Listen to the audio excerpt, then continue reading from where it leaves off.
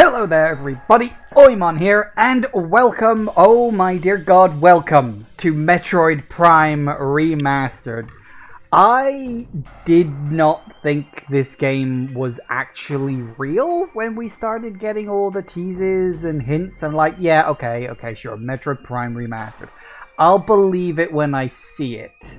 Especially seeing as what I wanted to see was actually, Metroid Prime Trilogy remastered rather than just the first game. But I suppose if they remaster the first game and it's popular, then they can make even more money by remastering the second and third one as well. So this is Nintendo we're talking about, and Nintendo does like their money. But as much as it pains me to say, I'm probably going to end up buying it anyway. Trilogy would have been better, but I am more than happy to accept Metroid Prime Remastered, because I have mentioned this before on multiple occasions, but Metroid Prime is my favorite game of all time. You know, I said this last year when I played through the trilogy on the Wii version, which I all did in prep of hoping that by this time we'd be playing Prime 4. That doesn't seem to be happening at the moment, at least. So I am hopeful that, we will see Prime 4 sooner rather than later. But obviously when I was playing Prime Trilogy last year, I mentioned that this is my favorite game of all time. So I am very excited to be playing this. I'm a little nervous as well, because I just want this game to live up to the hype that I have in my head for it. And I've been watching these clips on loop, and it looks good and fine. It's also going to be interesting, again, playing Metroid Prime with a controller rather than the Wiimote and Nunchuck, which is, honestly, ever since I bought the Trilogy version, that's the only way I played Prime. Mostly because I don't actually have a way to play GameCube games. So if I wanted to play the Trilogy, I'd have to play the Trilogy. If I wanted to play Prime 1 and 2, because my GameCube and my Wii are in storage because I don't have a lot of space. So I don't have a way to play my GameCube games. So yeah, it is a thing of playing this with a controller is going to be weird. There's also dual stick controls, which I'm probably going to give that a go. Just to see how it works. Because here's the thing, I'm not going for a super fast time on this like I did back when I played the original game last year. I'm not going for a super fast time. I am just going to enjoy this. I want to experience it. That seemed longer. Here we go. And I will say, you know what? Just as I was listening to that intro music on the the press start menu, there's a lot of nostalgia there for me, because you don't get that in the Wii version. You don't get the original music on the Trilogy version. It just has its own separate menu with its own separate music, which was original for the Trilogy version. And so now we've gone back to the original. I am fairly certain this music is exactly the same. I don't think they've touched the music at all. And I'm wondering why Extras is glowing there, but we'll look at that later. So let's have a look. I'm going to assume, yeah, controls. So control scheme, you've got dual stick, you've got pointer, enables motion controls for camera movement and aiming similar to the Metroid Prime for the Wii. It's nice that they've got that as an option. I won't be using that, mostly because I don't think it would work very well with where I'm sat in the room right now. And then you got hybrid, combines the classic control scheme with motion controls for aiming. Classic, play with controller based on the original Nintendo GameCube. And then you've got the dual stick. I'm going to give the dual stick a try, because obviously new version, I want to see what they've got available. So I'm going to give that a look. Don't know what you needed to say if I didn't change anything, but I think we could also go in on normal. I think that'll be fine. Let's get into it. I think they've changed those screens. I'm sure they used to move around slower.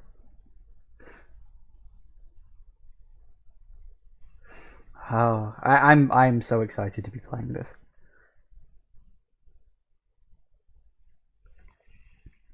I actually got the game on Friday, so I actually put it off so I could do this. But that's fine. An unidentified distress beacon has been tracked to a derelict space vessel in orbit above Talon 4.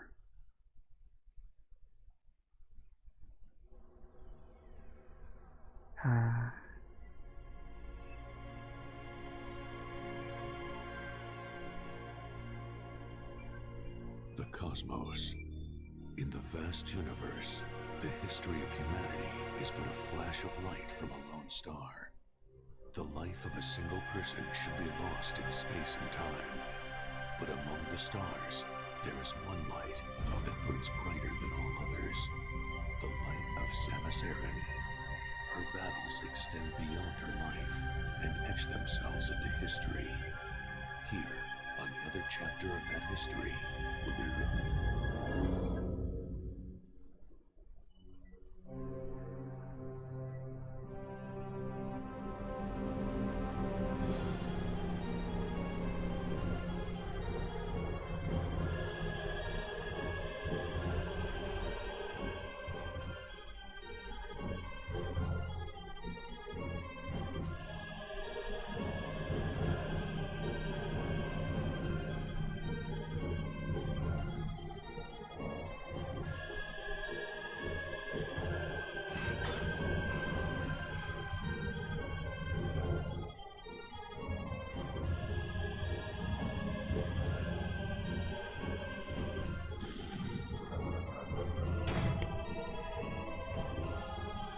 Damn, that suit does look good.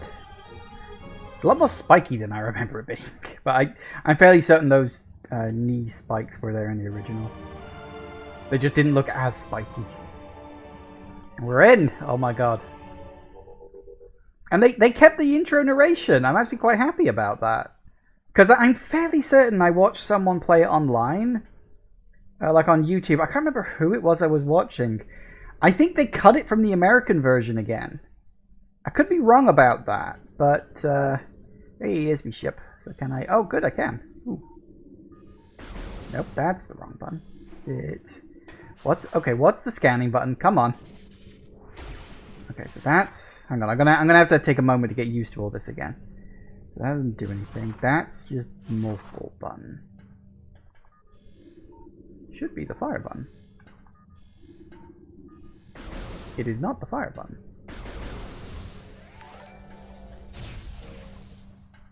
Hey, thanks for the resub, Jagoth. There's an option to turn off the... Is there? Oh, I didn't even notice that. Hang on. Can we... Nope, that's the map button. Hang on. Hang on. Options. Controls, display, sound... Cinematic... Ooh, cinematic subtitles. Oh, the narration is enabled for cinematics only. This matches the original European version of Metroid Prime. Narration is fully enabled. This matches the original Japanese version. Ooh. Oh, that's actually really cool. I should have gone further into the options. I just looked at the controls originally. Oh, that's wild. Okay, well, that's a thing. Huh. I'm kind of curious actually what full is. Because there was the opening narration, and then there was the closing narration. And I think, from what I understand, the original, well, as it says, the Japanese version, had narration whenever you loaded into a new zone. Like, it would say the name of the zone. I'm gonna change it to full. I'm curious, just out of curiosity, because that's kind of what I'm sort of about on this. Also, cinematic subtitles, yes, please. Should have noticed that before. Didn't think to. Okay. And yeah, you can change like HUD opacity and all that stuff. You can turn it off actually if you don't want a HUD. Say you want to, like, I don't know, take a picture or something and you don't want the HUD, you can turn it off in there. That I did see before. In hit system we want off. Thank you very much. Extras alerts. Yeah, we'll keep those on. Sure, why not? Okay. So, we still have, yep, we do. Ooh.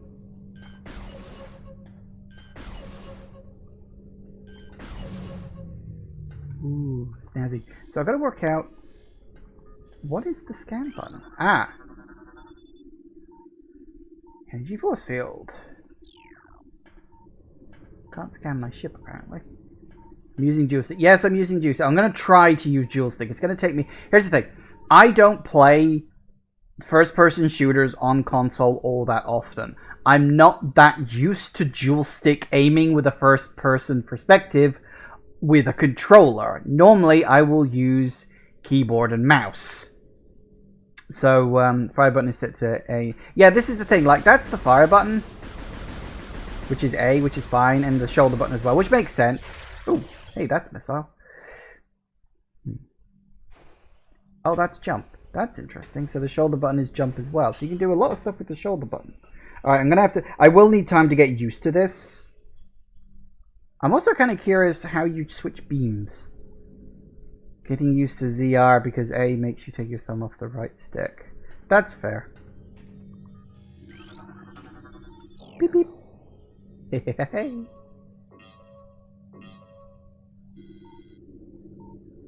Yeah.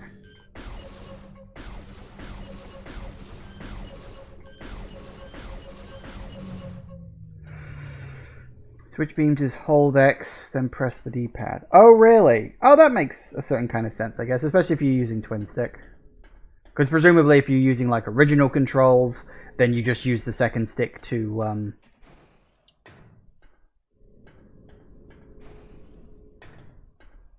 Okay, I'm going to have to get used to using these shoulder buttons for like jumping and activating stuff. Yeah, it's going to take me a bit of time to get used to this. As I say, I'm not desperately used to... Now, I don't remember that amount of detail being on the original one.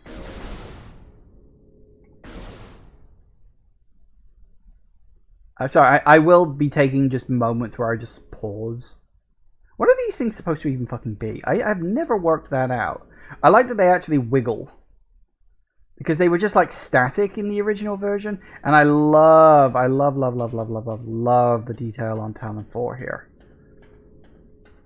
Like the planet looks so nice from a distance. Considering how completely and totally messed up it is as a planet. I did say I'm not going for a speed run, and boy howdy do I mean it.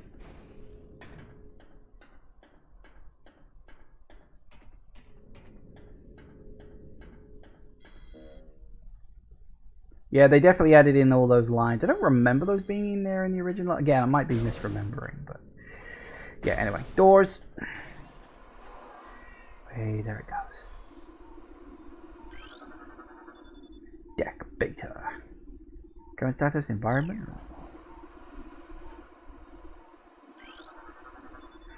Gamma, reactor core, environment normal. Emergency evacuation area, environment unstable. Of course it is.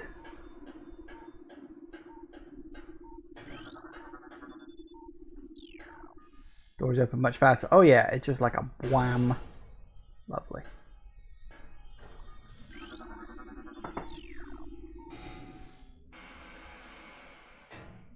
Bonk. Will say, one slight disappointment looking at this. It doesn't do that thing where... Actually, was that in Prime 1 or was that in Prime 2?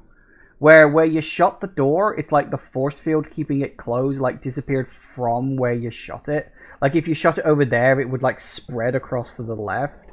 Was that in Prime 1 or was that in Prime 2? I don't even remember at this point. It's been so sodding long. Hello, creepy crawlies. They've definitely tweaked the sound effects. That's good. Whoa. Wow. The fire effects look much better. Recording to logbook. That sounds the same. Parasite. Dizziness to Talon 4. Single parasite is harmless to larger life forms. However, they tend to travel in large groups. Oh yeah.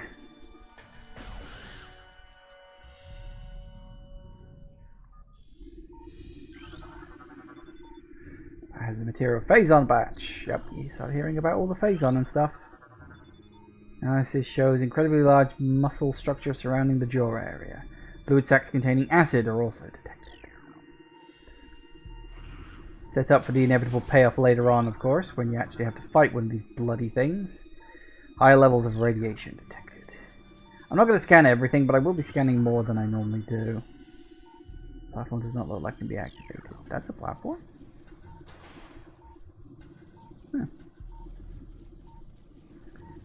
Prime 1 did have that feature, but it might have been removed due to how fast the doors open now. Oh, that makes sense. Yeah, I can see that. Okay.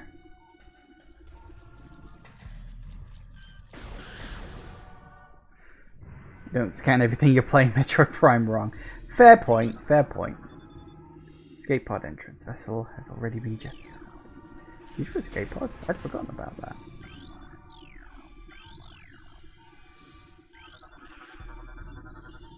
Space pirate status: death caused by acidic burns to the body. Status: weak life signs detected. Imprints of large bite marks can be seen on the exoskeleton.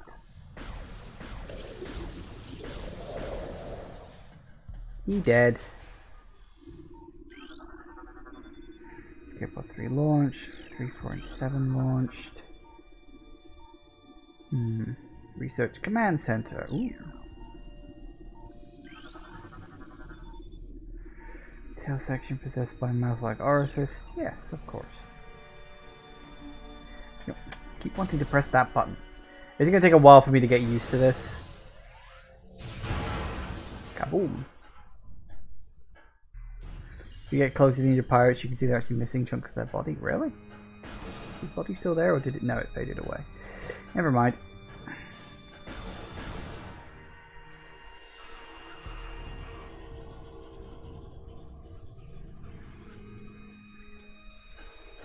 It's Morbin time. Get it? Ball in time? Why? Okay. Ooh. Scanning, scanning, scanning, scanning, scanning. Recording to logbook. Recording to logbook. Map station! Oh yeah. Cut chunkles.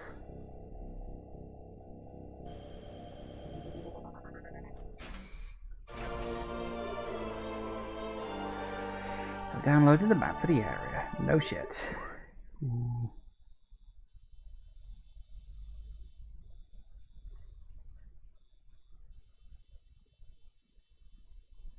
Yep, that's more or less what I remember it being. I feel like this is exactly the same.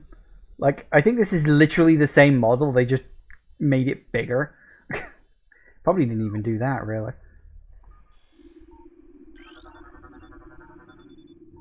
Pretty exterior hull stable and fully functioning. Not for much longer.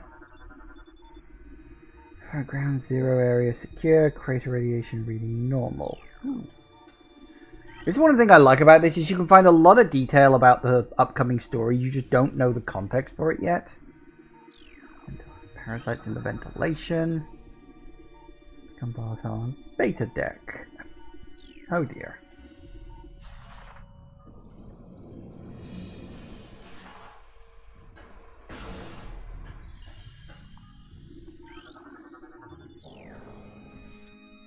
Shiny.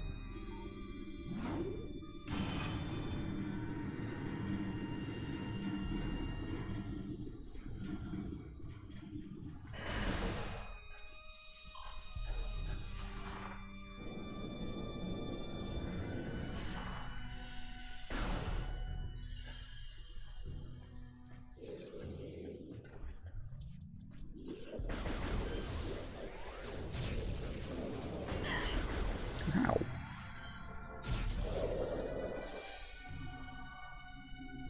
Oh yeah, I see your point. Oh, and he's fading away.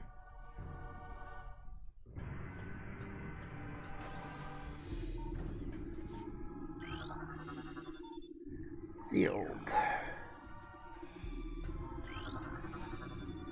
Assessment A. Yeah, I think it's important there. After mutation, the carapace of the larva becomes rigid. Carapace is quite resilient, able to resist attacks of many predators. Yep. Parasite egg. Yeah, we'll be fighting one of them soon enough. Fun, fun, fun, fun. You've actually completed the remaster, haven't you, Jagoff? This is important needed in specimen block F. Recording to logbook. Mm-hmm.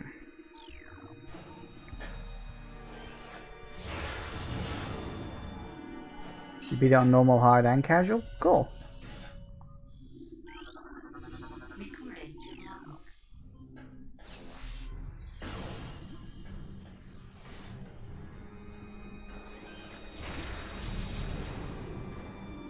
Nice.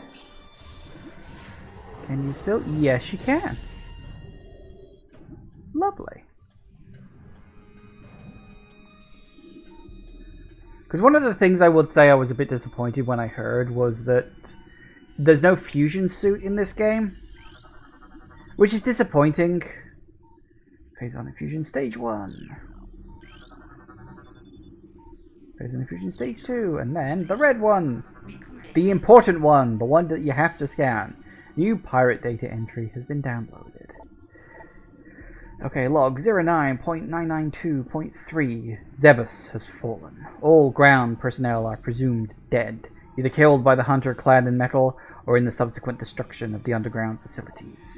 Our research frigates Orphan, Syriacus, and Vol Paragon were in orbit at 0 hour, managed to retreat. Frigate Orphan is now docked at Vortex Outpost. Orphan's cargo appears to have a 100% survival rate. Metroids are healthy, but on restricted feeding schedule due to uncertain supply status. We are ready to begin research on the Metroids and other promising life forms. Security status remains at Code Blue. No signs of pursuit from the hunter.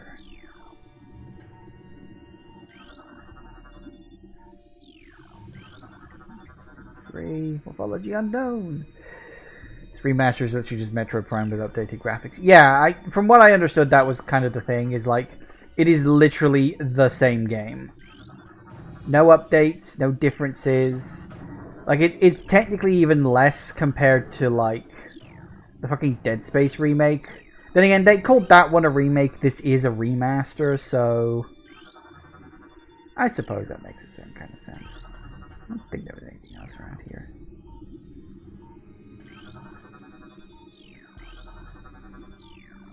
Elevate whore. Okay. I do like that things glow now. That's a nice touch. It's got ambient lighting and stuff. Is there a lock on? Mm-hmm. I did not mean to do that.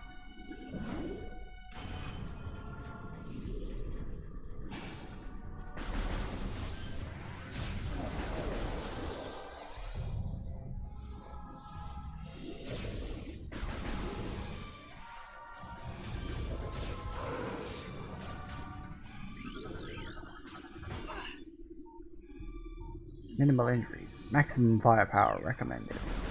I can do that. Now. Don't be like that, Mr. Grumpy Pants. Just because you're dead and I'm not. Honestly, some people.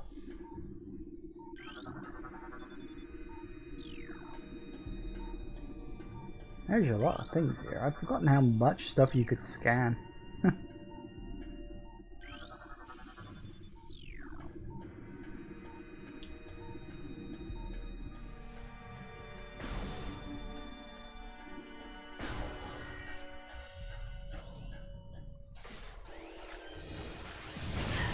Ow.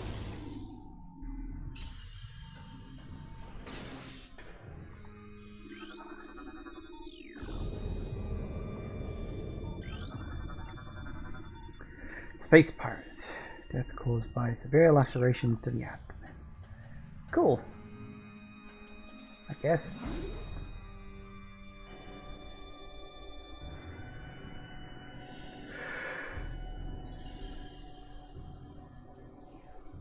Do you think that we're gonna get a Prime 2 and 3 remaster before? Ooh, hello. Or... oh. Hold on. Before or after Prime 4 comes out?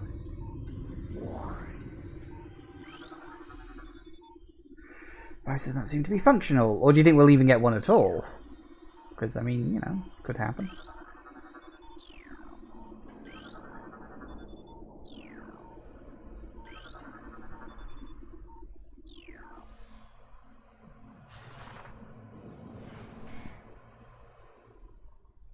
That door seems smaller. Is it my imagination or does that door seem smaller?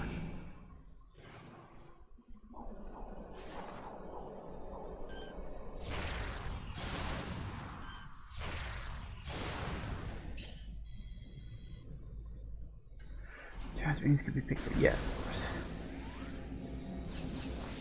Nice.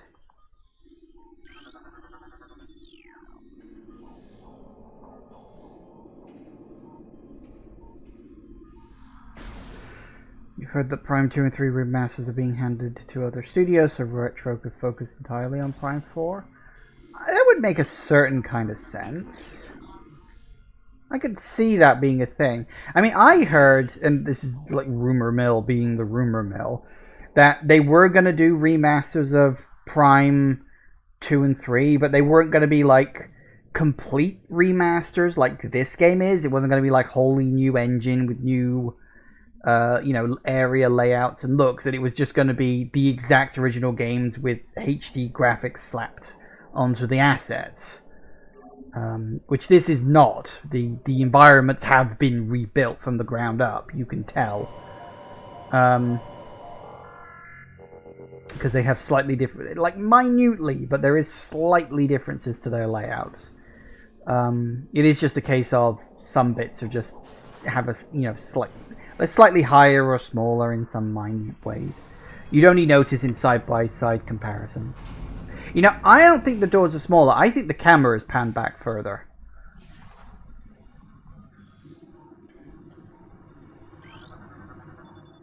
No life signs detected. Large amounts of blood missing from the carcass.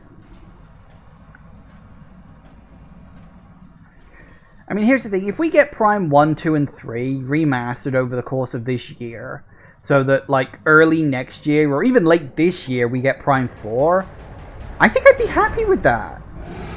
Like, it'd cost a fucking arm and a leg, but it would also be a great way to build up to the release of Prime 4. Which probably means that it's not going to happen, because that would imply Nintendo doing something smart.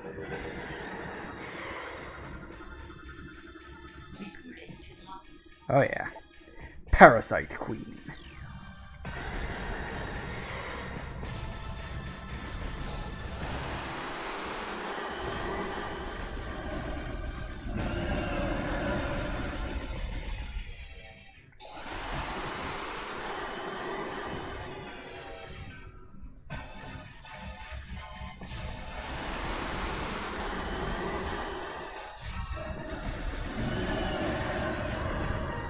Hey, that was hard. Ooh.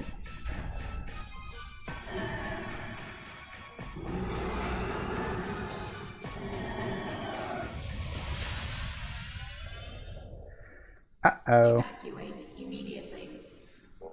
Evacuate immediately. Evacuate immediately. Alright, I get the hint.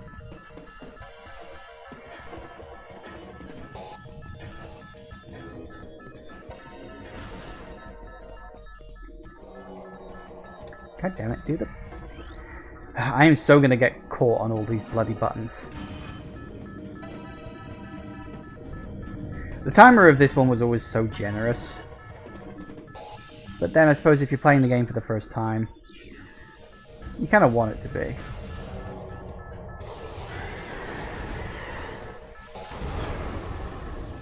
Good night.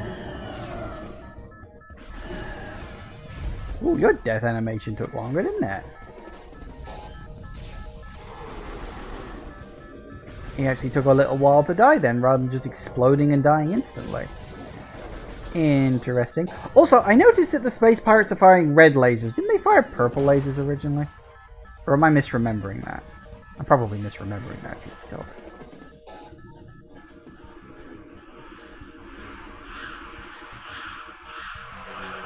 You think it was red? It probably was red, and I'm just like, as I say, misremembering it. But I can't remember.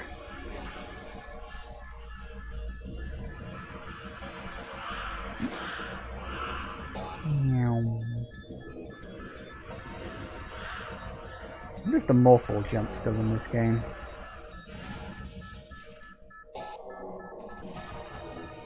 Might have been purple in Prime 2 or 3. I think... I want to say Prime 3 was blue, because they were using phazon weapons, but...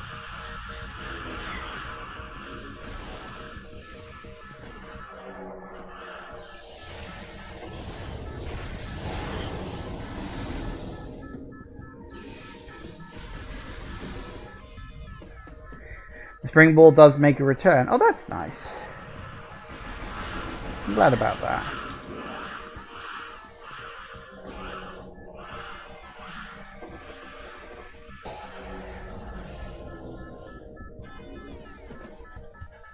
Oh, I should pay closer attention. What does this steam... I can't quite tell. It's not strong enough.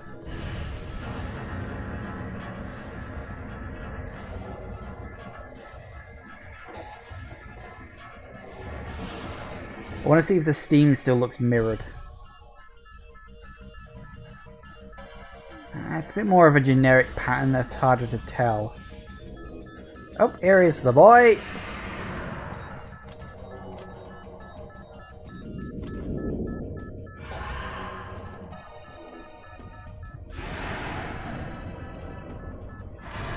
He looks good.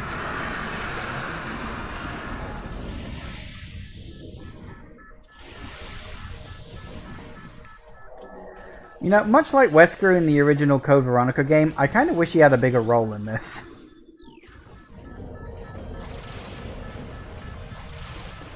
Woo! Guess he looks like a cyborg now. Yeah, it's true. Oh, here comes the... Ow.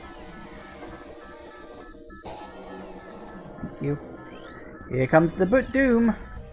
Well, I was going to say here comes the boom, but that's true as well.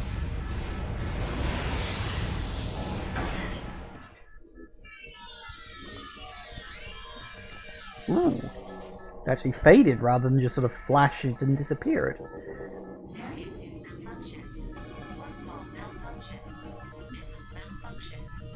Charge beam malfunction. Wrap beam malfunction. Uh-oh.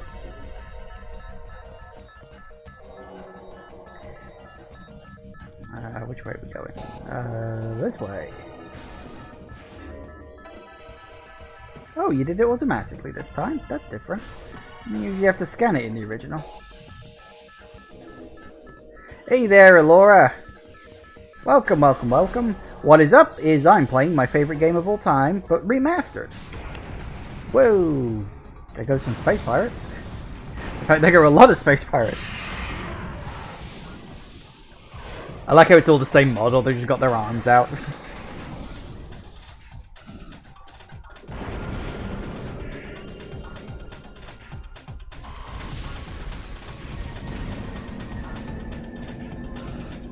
That's your favourite change in the game? What, that they added like flying space pirate bodies? All literally the same model doing the same thing. There weren't any space pirate models that got blown away from the ship in the original, were there? I don't remember that. Tracking on enemy target has been lost. Ground-based recon required. Begin landing sequence. And here comes my favorite fucking moment in the whole game.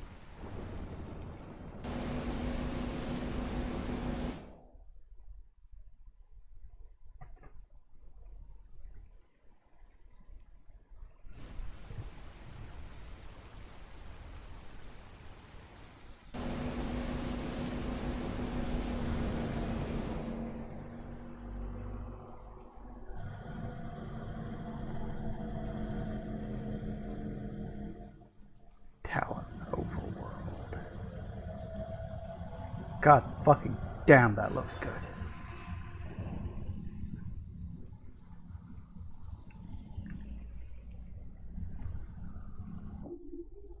Ooh, yay. I'm so happy about that. Oh, yeah, sure, I'll save. Let me enjoy the moment, please. Stop with the pop-ups. Fuck.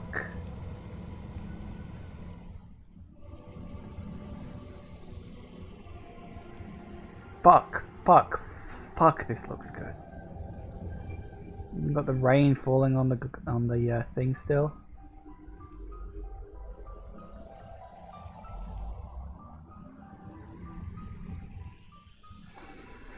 Do I have a schedule for streaming? Yeah, if you check below the stream, if you check the Twitch schedule thing, I try to keep that as up to date as I can. I usually stream 3 p.m. till 6 p.m. That's UK time, because I live in the UK, so I don't know what that translates to wherever you live in the world.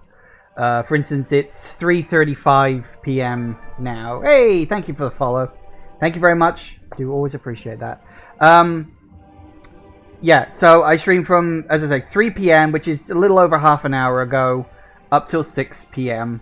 And I do that every single day of the week, except for Wednesdays, which is my day off. So I'd be streaming tomorrow as well. The games I play change in like a 3-day schedule. So I'd play like Thursday, Friday, and Saturday is game 1, 2, and 3. And then Sunday, Monday, and Tuesday is game 1, 2, and 3. So I tend to play 3 games at a time. As I said, down below there is a schedule thing. I try to keep it up to date as I can. It's Metroid Prime today, but tomorrow I'd be playing. What did I say I was going to be playing? I don't even remember now. It's on the schedule. This is the thing. I don't remember what I say I'm going to play. I just say I'm going to play and then hope I'm just playing the right game on the right day. So, but yeah, God, sorry. I'm just enjoying the moment. Because this here, right here, going from the frigate with the timer and the countdown and the explosions and all that stuff to this is my favorite moment probably in gaming, I think. I explained this when I played the original Metroid Prime last year, but the frigate is a slow, tense crawl. Like, it starts off all mysterious.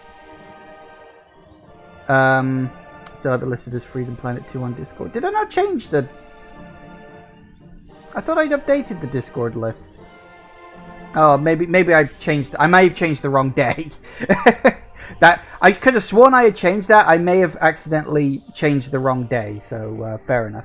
Oh yeah, for the record, I also have a Discord group. It's not really very active, but you'll get like a ping on Discord whenever I'm about to start streaming. So it's handy dandy as a notification. There's also Twitter, which I also don't use all that much because, well, it's Twitter. And but I also sort of put out a post about an hour before I stream on there as well. Mostly just to try to catch people's attention, but it never bloody works. But yeah, I just love it going from like the tense, like run against the clock down to this just wonderfully calm, serene area, and just, oh god, I love it so much. Right, gotta focus on other things. That's my ship. Instead of tomorrow is playing Super Lucky's Tale. It is Super Lucky's Tale tomorrow, isn't it? Yes, you're probably quite right.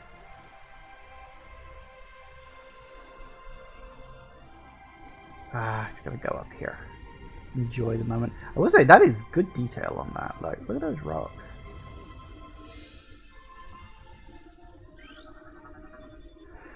Low levels of radiation.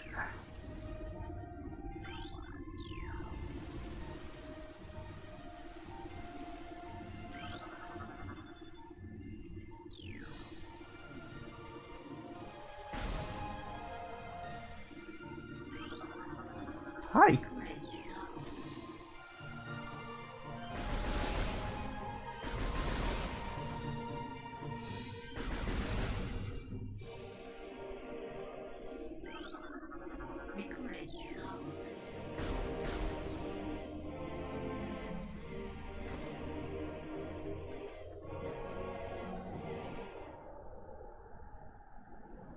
Impact crater.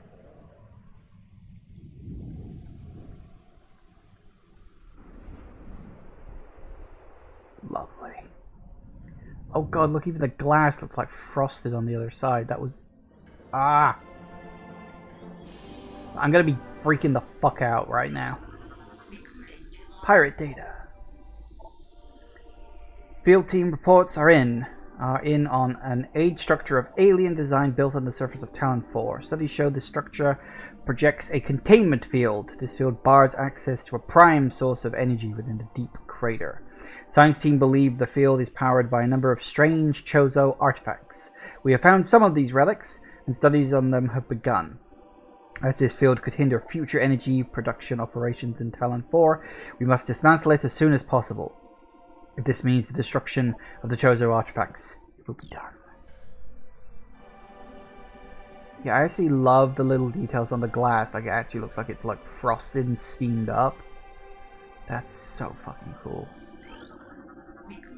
I know I can't go through there yet. I'm gonna be taking my time with this. I am not rushing in any way, shape, or form. Also, this room's got more of a glow. This room was always kind of dark before. The lighting is slightly different. The double jump boots would be useful. Right, let's head off and head on down to the Chozo ruins, shall we? Hi guys.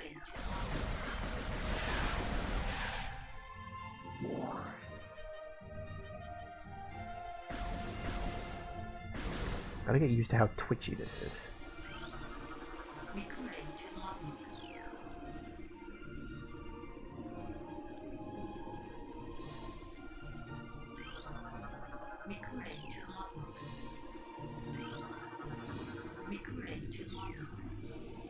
Somewhere around here.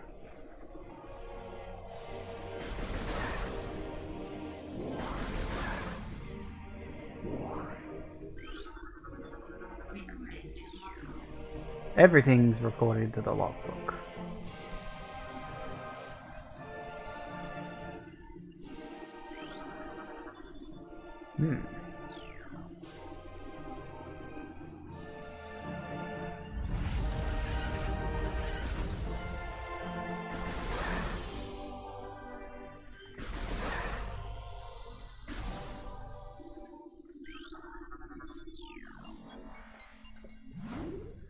And up we go.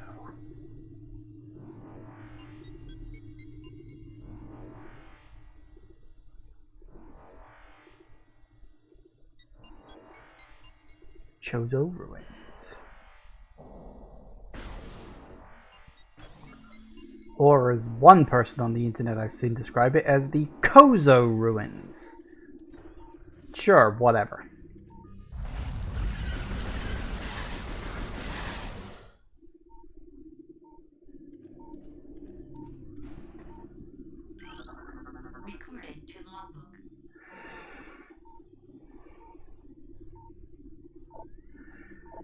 The history of the Chozo stretches back into ancient times, so far into the fog of the past that we know not where our ancestors came from. One thing is clear, however.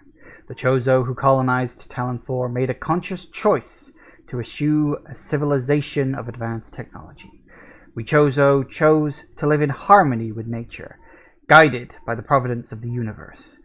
We believe we will spend peaceful days here, and plan to leave our words from time to time. You got a purpose? You came here to the stream, you want to ask me something? Okay. I reserve the right not to answer if I so choose. But okay, sure, go ahead. Damn, man.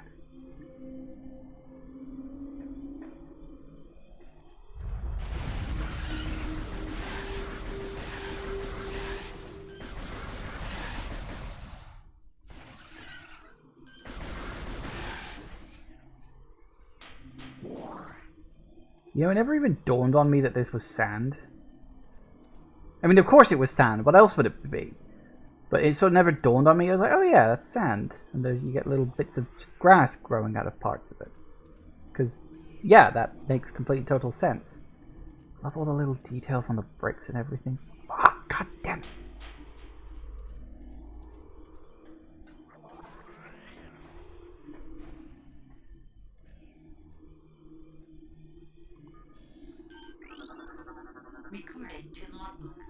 Damn straight. Alright, well, we'll deal with those guys later. Hey, energy tank. Look at my channel and wonder if I needed any custom stuff made. I don't think so.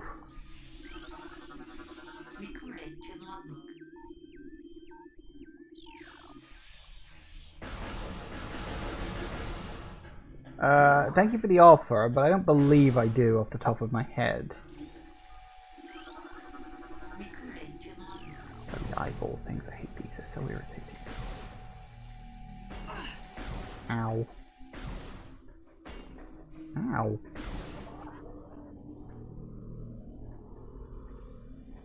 You can still shoot the birds, by the way. You would try that. Many long years have passed since we Chozo first took root in this land. The passage of time has always been a source of fascination to us.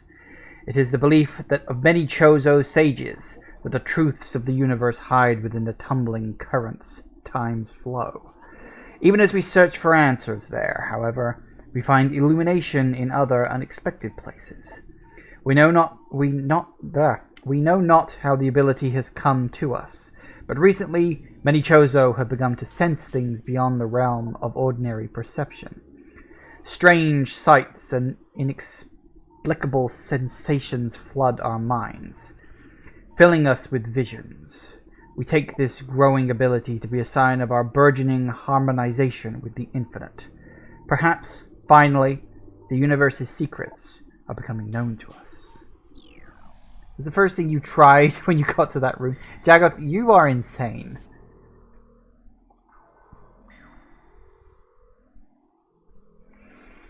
You got eye-catching stuff, you want to show your portfolio. I appreciate the gesture, but I'm not really in the mood or looking for anything at the moment. And even if I was, I'm fucking broke, so I probably couldn't afford your stuff anyway. So I do appreciate the thought, but I'm not desperately interested right now. Thank you, but no thank you. Ow. You know what? I was going to leave you alone, but now I'm not. Oh no, that's right. I don't have to charge beam anymore. Duh.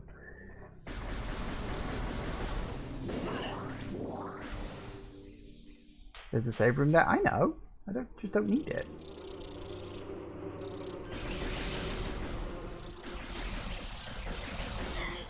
Ow.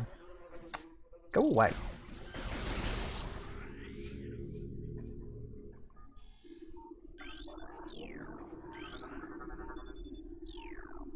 Toxic.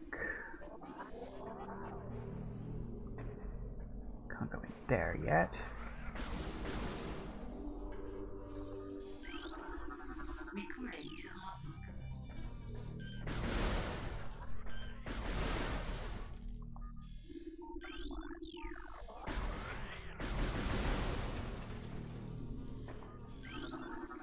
Recording to logbook. So we don't need to prepare for the terrifying hive totem. Let me think about that. Do I need to prepare for the first mini-boss of the game? No. No, I don't. Would you believe? I don't think you can preemptively scan it, can you? Ah, well, let's get this over with.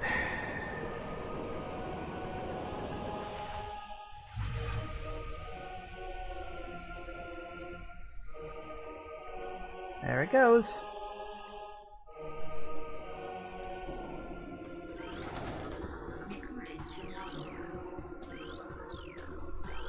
Well, that's different. You used to be able to lock onto them permanently.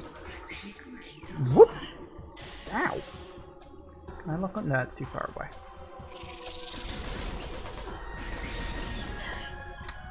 God damn it, guys. Stop that. That doesn't sound as deep as it normally does.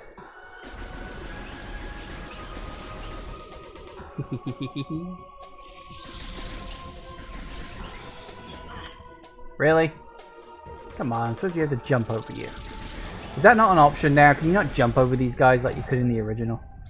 That was totally a thing in the original.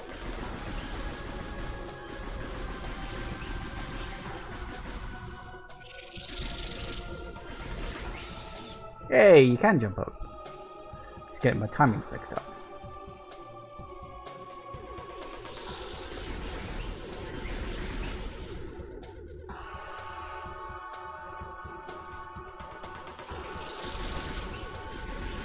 Thing is, I'm not even looking at the bees right now, or wasps, whatever you want to call them. I'm literally just looking at the mini-map in the, well, the radar in the top corner, because that way you can see where they've stopped. Well, hey!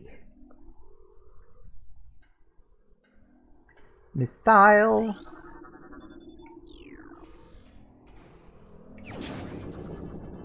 Give me that boost.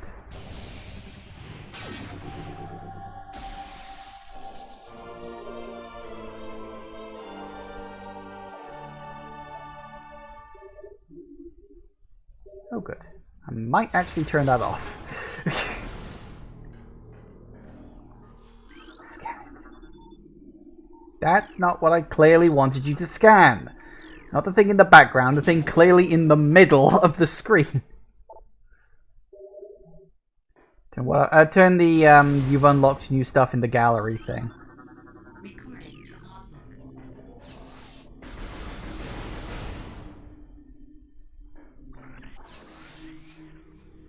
Like, it's nice to know, but I didn't realize the pop-up was going to be so big. Let me do that now, actually, just while I'm thinking about it. Display... Extras alerts. There. Off. Well, that's useful.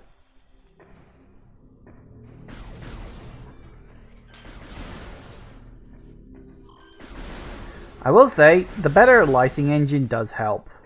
Like, the lighting was always good in the original game, but yeah, the lighting is much better now. Although I will say, the game itself feels brighter. Like, is that my imagination?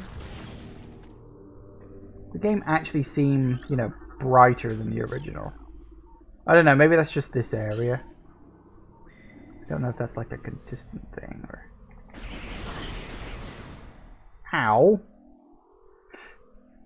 Hang on, I'm gonna sneeze. No, I'm alright. Some areas seem brighter, others seem darker. That's fair enough. I guess they didn't want these early areas of the game to appear too dark, so they probably deliberately upped the brightness on them. Mappity map, map, map. Clunk.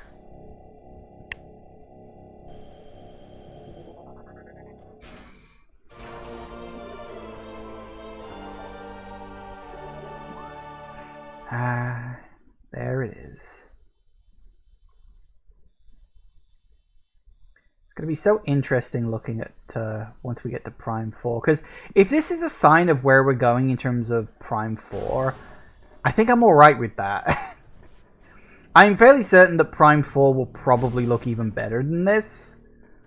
Potentially, at least. But honestly, as I say, I'm alright with how this game looks.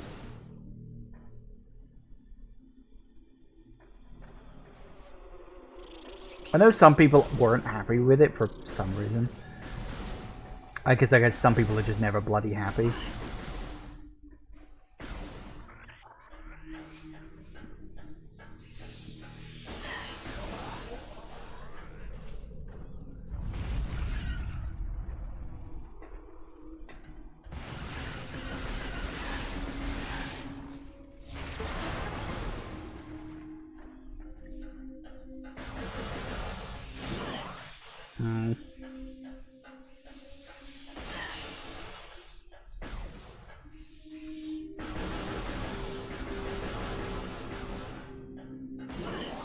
So much my bloody health.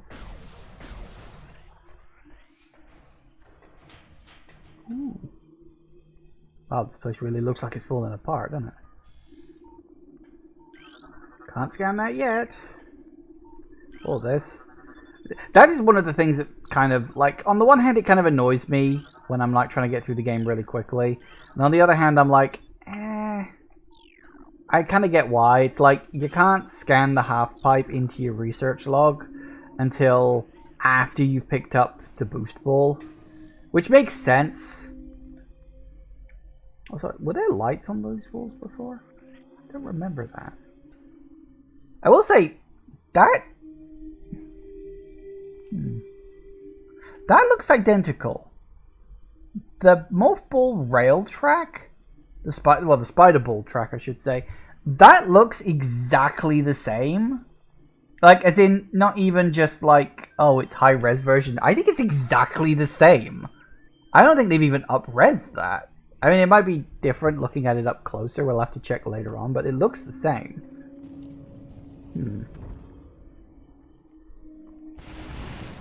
Hi, guys.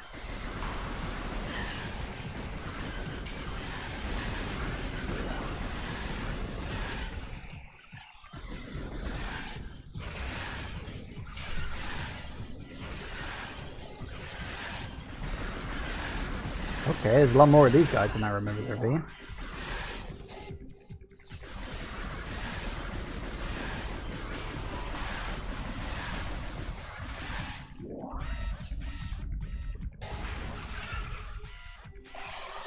Hello, big butt.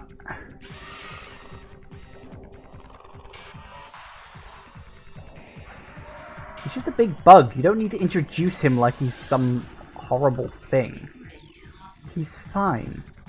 He's just a bug with a big butt.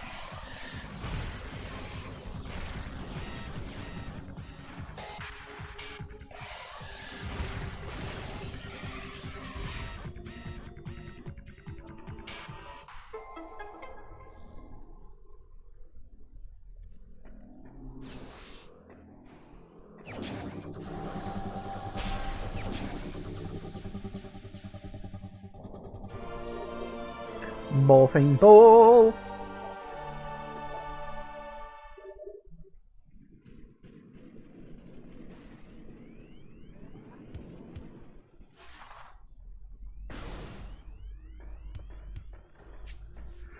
Yeah, become orb.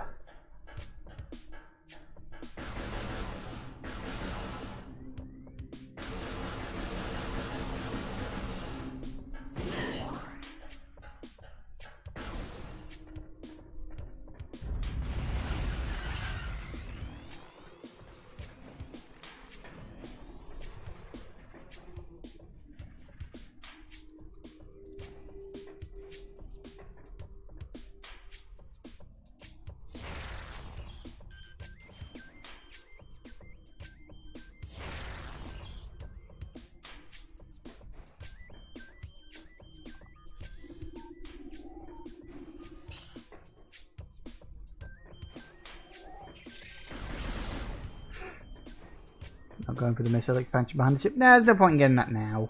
I'll be back up there later on anyway.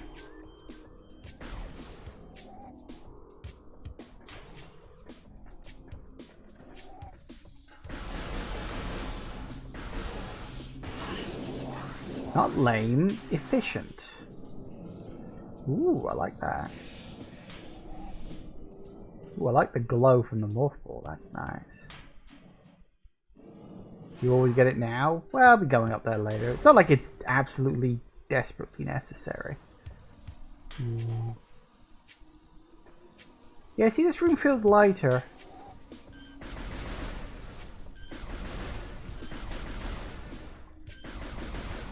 It used to take out all those things, and it used to be...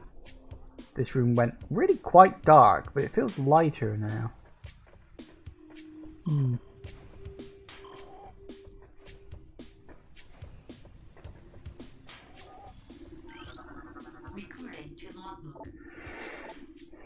The surges of negative energy brought by the meteor far exceed our expectations. We Chozo have yet to find a way to rid ourselves of the great poison. All we can do now is seal it away and wait for the day when a power to purify the poison appears. However, it is already impossible to collect all of the pieces of the great poison, as it has already spread, seeping into the planet and hardening. Well, you don't want that. Whoops. Careful now, press the jump button. Yeah. Yeah, that really doesn't look like it's been up-resed. I could be wrong, but it doesn't look like it has.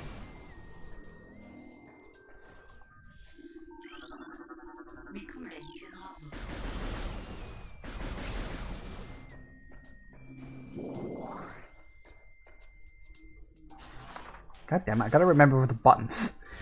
Ah. Ooh, particles, lovely. Oh yeah. That's the thing I've got to do, isn't it? But not yet. Can I not? No, I can't scan that yet, can I? Hello, you I can scan.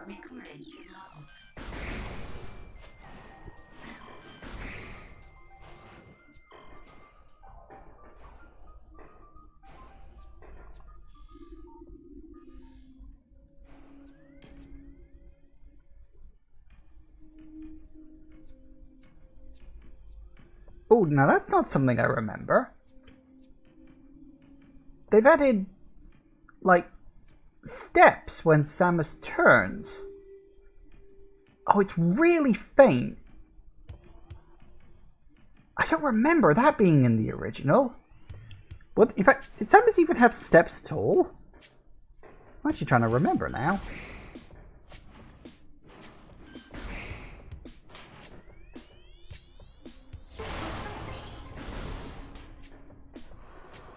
Ooh. Can we see that again? Oh, that's cool. And it's not mirrored. It's actually not mirrored. That's really cool. Alright, I'm impressed. It's not a mirrored effect anymore. And it actually looks like little steam droplets. The only thing I would ask for is for them to like run down the screen, but that's probably me being nitpicky. Save point. Yeah, we already scanned that. Aha! You know, I'm having fun, but time. Yeah, I know it's 4 o'clock. I just wanted to get to the save point first. Okay. Right. And they show up now, because they always do. Alright, so. As Jagoff says, it's 4 o'clock, so time for a break. That's... No, I want that. There we go. Oh, wow, how about that? We're already 24% of the logbook. That's impressive. But... initial impressions are... I mean, it's Metroid Prime, but it looks better. You know, it's like I kind of use as the title of the stream is like, can you improve on perfection? Apparently, you can. Yeah, I'm enjoying it. Okay, yeah, I'm going to take a break. Back in a minute. And we are back. Alright. Next up. Is it charge beam or is it... That's a little harder to see. I will say, back in the original game, when you destroyed the mushrooms and they decided to spew their shit all over the place, it was much harder to tell where it was. Oh well.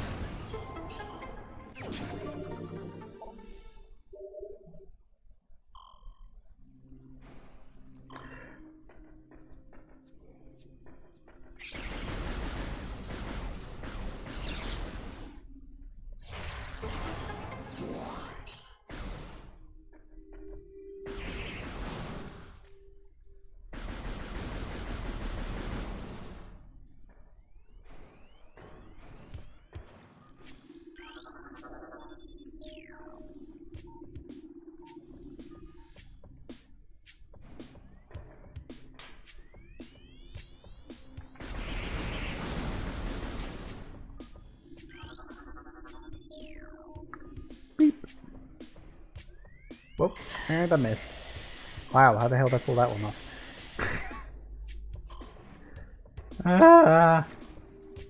Come on.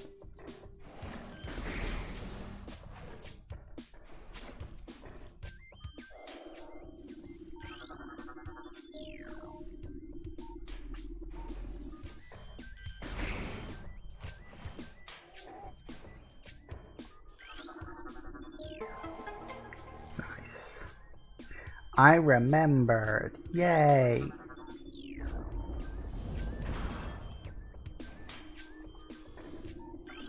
Yeah, I did. Disaster struck suddenly, with a vague, dark foreboding, and it became truth. A meteor appeared from nowhere, casting a dark shadow of debris over the land, with the violence of its impact. Its destructive force spent, the fallen star burned itself out rapidly, and the incident should have faded into memory. But the meteor brought with it corruption. A great poison burst forth from the land, a strange energy that clawed at natural life with a ferocity. That strange negative energy emitted from the meteor expanded to encompass Talon 4 in a night, as a spider weaves a web. And although we didn't know it at the time, it was the first Leviathan seed. Charge beam. Ooh, glowy. Corruption, foreshadowing. Yes, yes. There's actually quite a lot of foreshadowing. Like they really built the story of the Prime trilogy quite well off each other. Good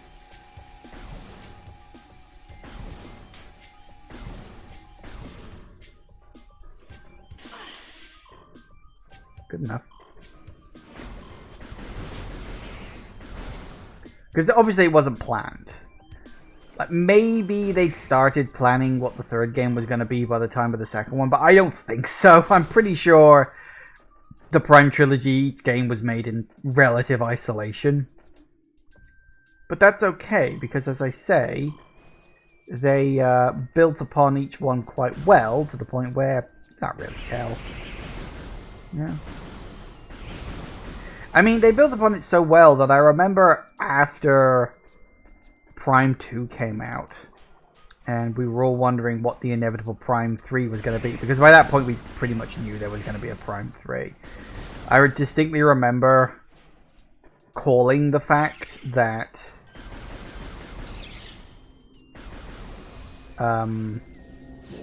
Leviathans were like seeds set from a deliberate place. I absolutely called that. I mean, it was fairly obvious, the fact that they happened to two separate planets. You know, that kind of thing isn't really a coincidence at that point.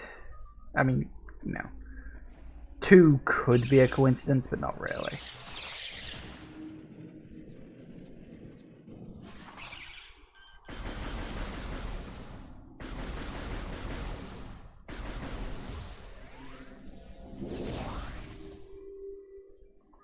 Sadly, I can't get up there.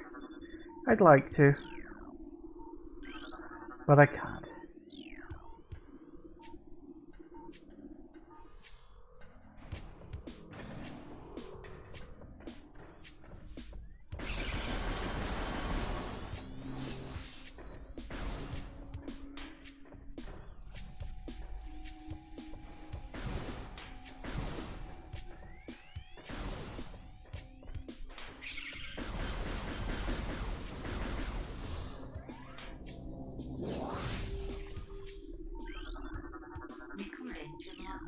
Good.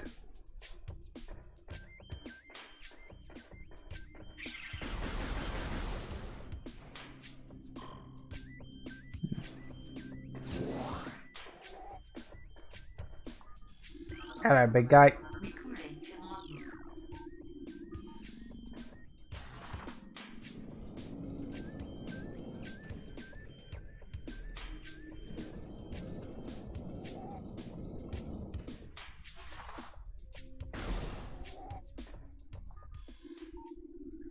Now we come to the most annoying part of the game, or at least one of the most underwhelming boss fights.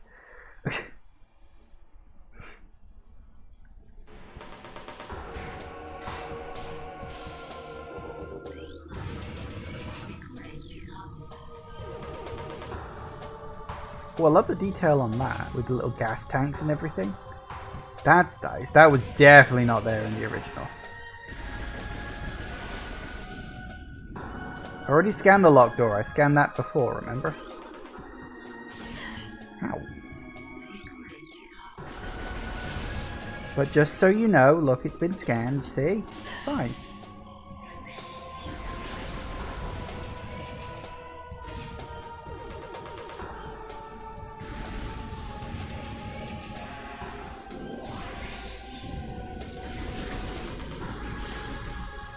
Must have missed it. Don't worry. I mean, it's well to remind me, but yeah, I'd already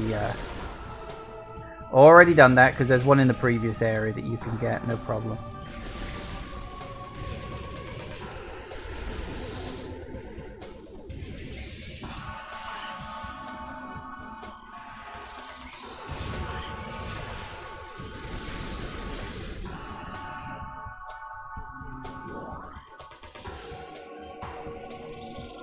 Wait, did they add a fourth section to this? I thought it was only 3. Oh boy, did that, all my memory's just playing up. Most likely to be my memory. Let's be honest. If it's going to be anything that plays up here, it's my memory, not the game.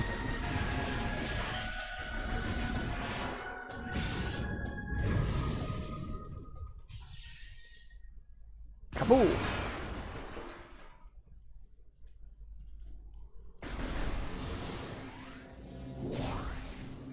On the bright side, though, you do get to scan the door after the boss fight is done. So that's something that's nice. Clunk!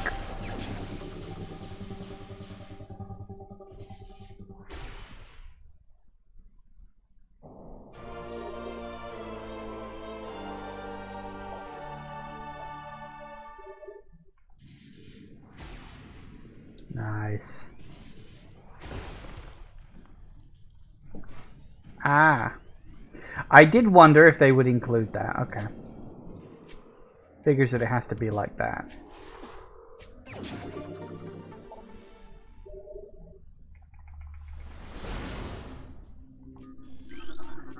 Recording to logbook.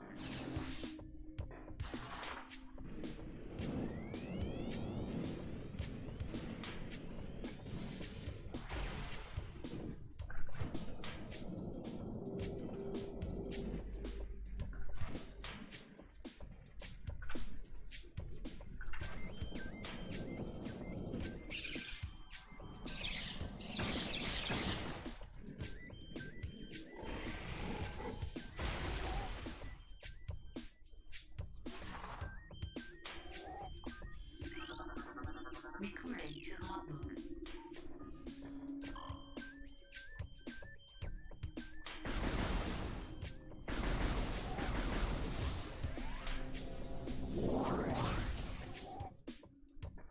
See, that was the door that I scanned.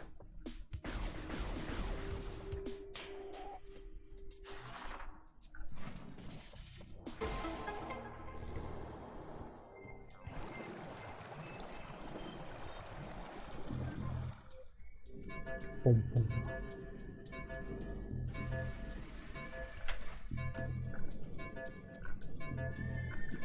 Oh. Yeah, it's not as easy as it is on the Wii.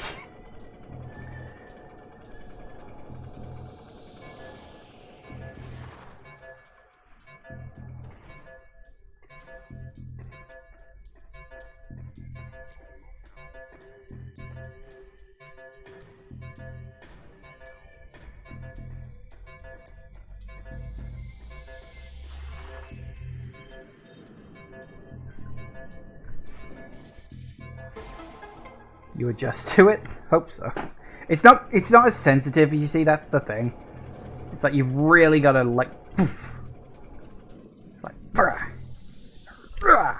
like that every single time.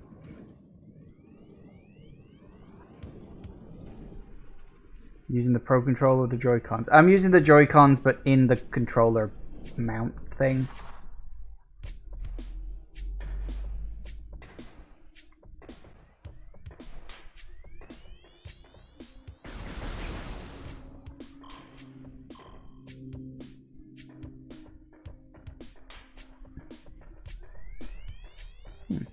I forgot that fruit was even there. Recommend getting a Pro Controller? Maybe. Maybe. Pretty sure I can get a health tank if I go this way.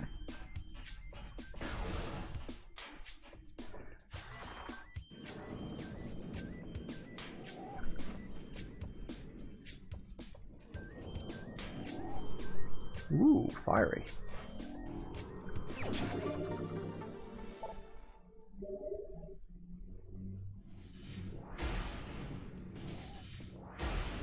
As originally intended.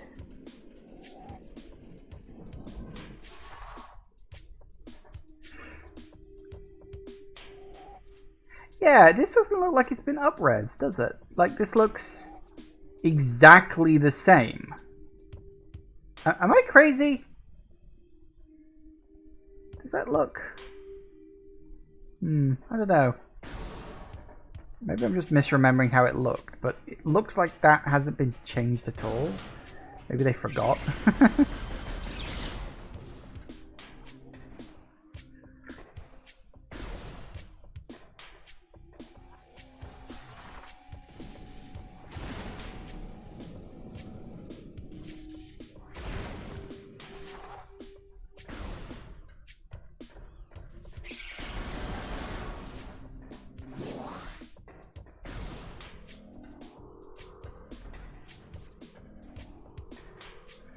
I wish I could get up there, but I can't.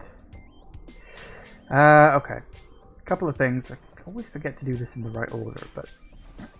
Yeah. We go back this way now. Ow. Leave me alone.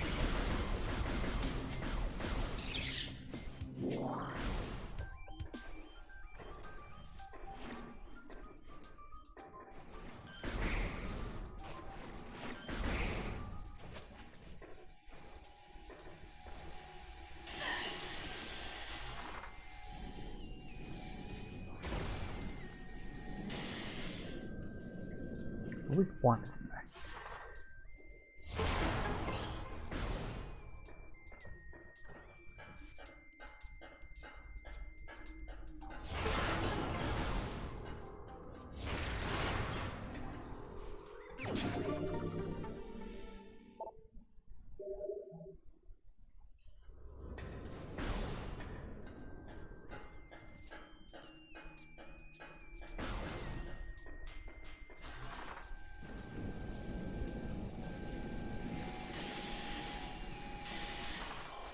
Oop. Pressed it too many times.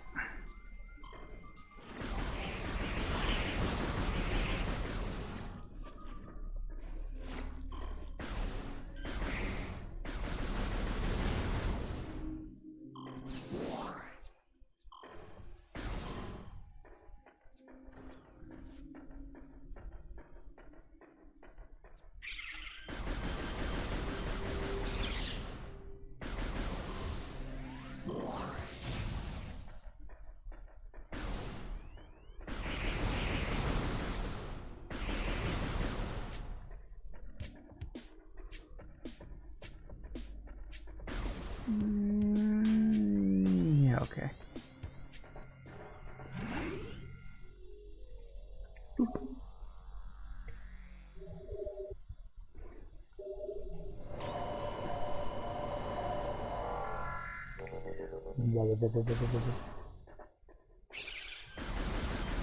Always when you come out after using the bloody save point.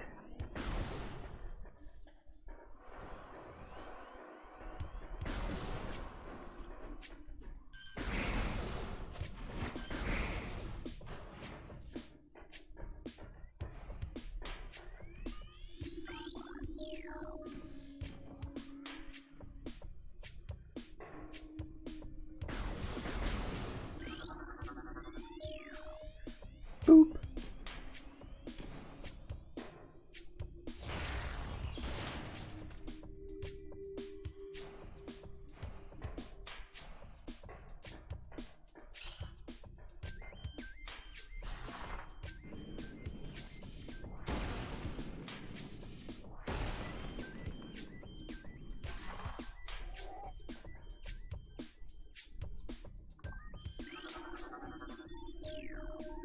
Boop.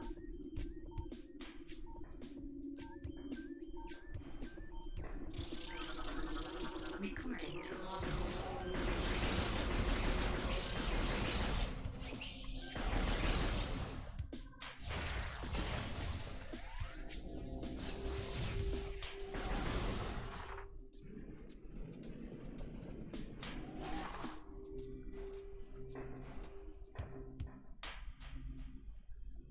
Where's that last one? It's up here. Well, hey.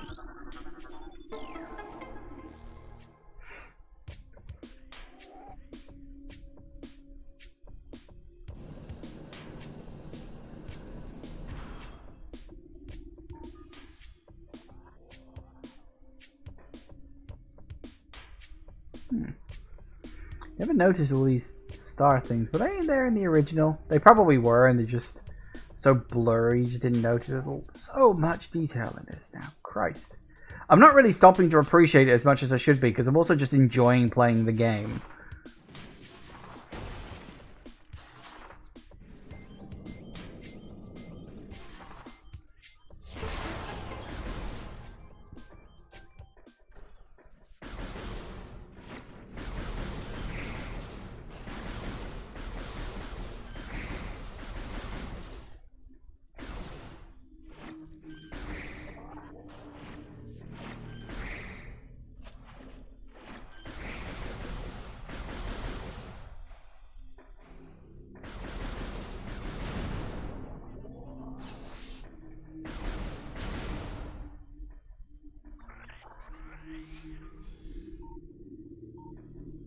Here we go.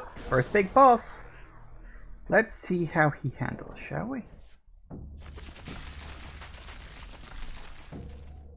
Ooh. Clunk.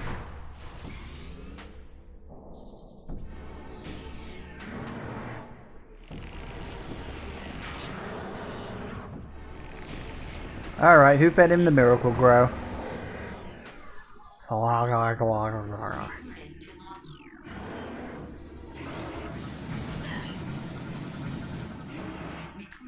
That's a new sound. Hold still.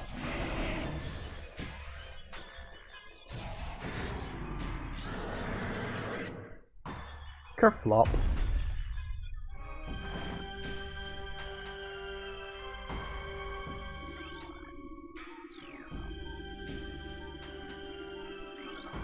Scan this too. I don't think that counts with anything. No, you do have to do the... Oh, no, never mind. He got back up. Fuck.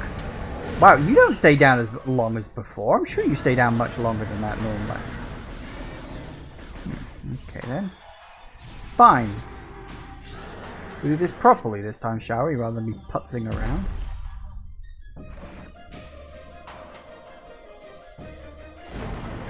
Have an explosion.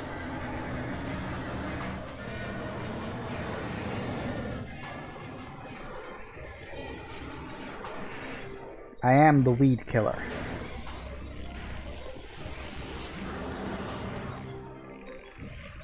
Face my weed whacker of justice.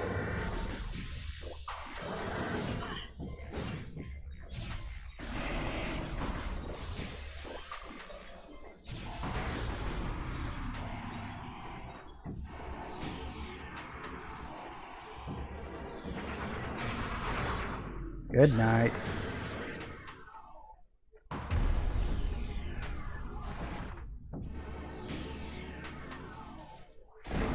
Too much of my patented faffing. Yeah, it's where I live. Load of faffing.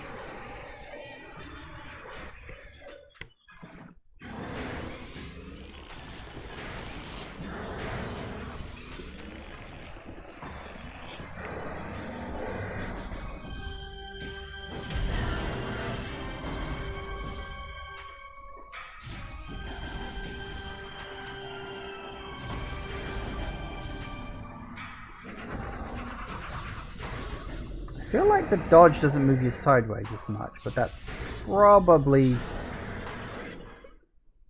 biased more than actually.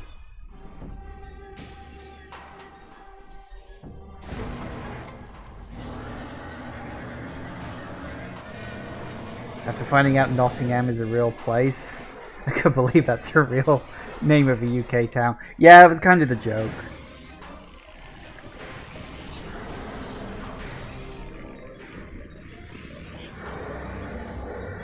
UK has a lot of weird place names.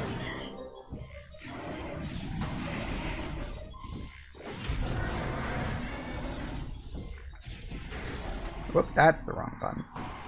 Actually, I might move a little bit faster like this, but never mind.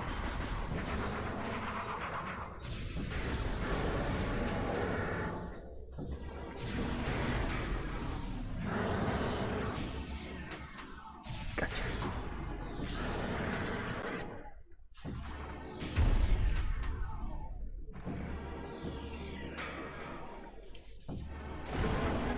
Good night.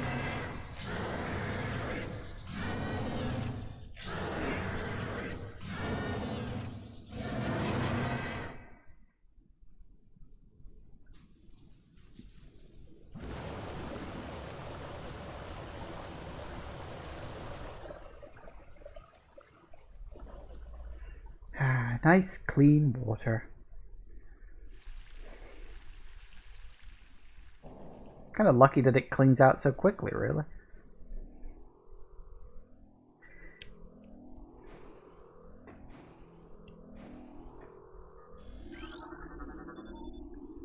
Very astute.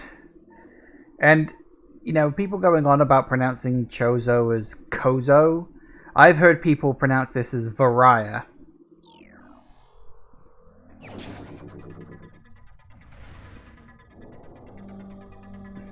I mean, originally it was supposed to be called the barrier suit, so I suppose people who call it the Varia suit might be correct, because it is supposed to be a mispronunciation. T-pose for dominance. Yeah, fair point. I never noticed that before. T-pose for an upgrade. Now she has her impossible shoulder orbs.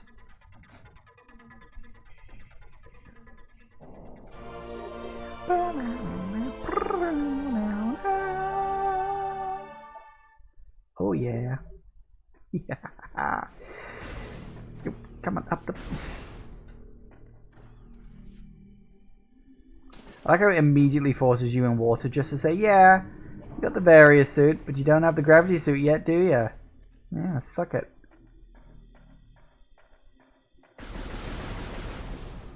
Ooh. Those look a lot more white and a lot less yellow than they did in the other one, but whatever, I guess. Ooh. Oh, that's neat. That's got that, like, shine thing you get. Huh. I've heard the theory that the shoulder orbs contain an AC unit, which is now able to survive the extreme heat. That's possible. The other thing I've heard is that they are a shield generator. That they actually, like, generate a shield around her body. That's the other theory I've heard. Both are plausible.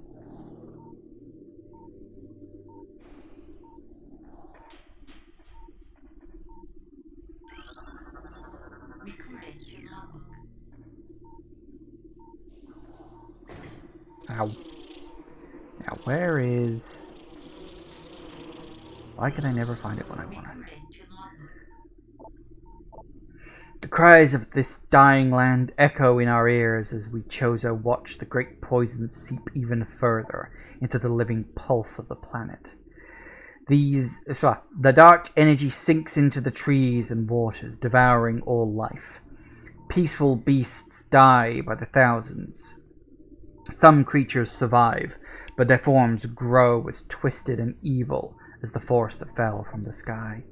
Many of these mutilated monstrosities remain small enough to do little harm, but others grow enormous and threaten our very existence.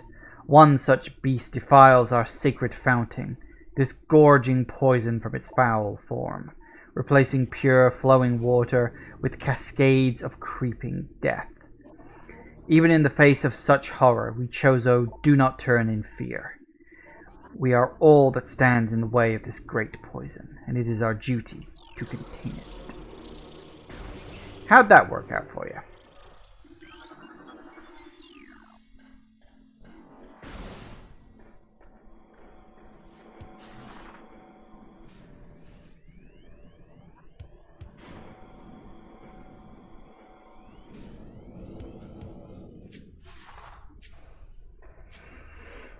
Well, they did contain it eventually. Only, before it completely wiped them out.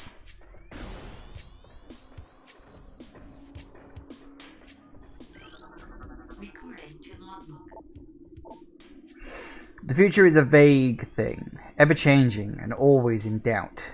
Even if we Chozo could gain the ability to foresee the future, it would be a hollow gift, for we could never hope to control what has yet to occur.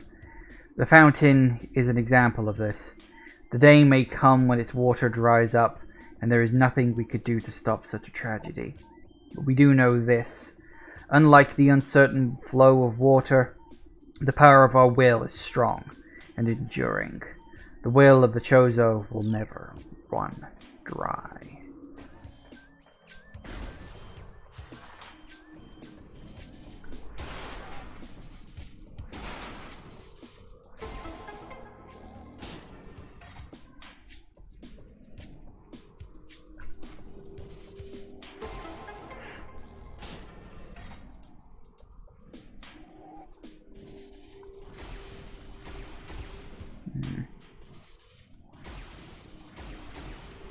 I'll do it.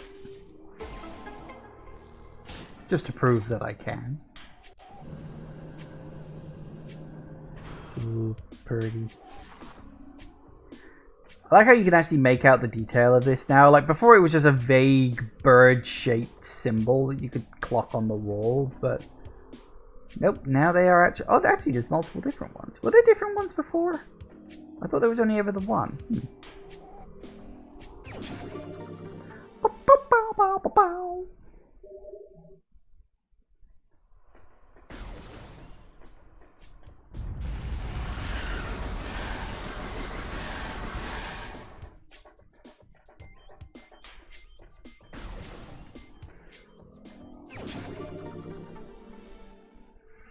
Never actually noticed them before. I thought they were new to this version. No, I think there was a version of them in the original game. I think. Now we can go grab a couple more missile tanks while we're in the area.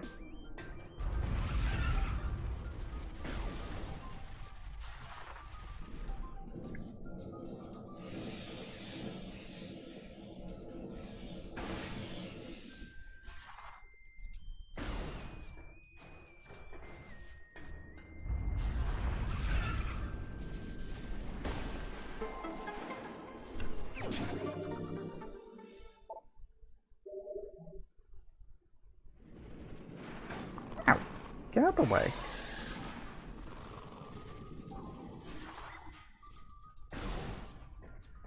Better than the ghosts, I guess.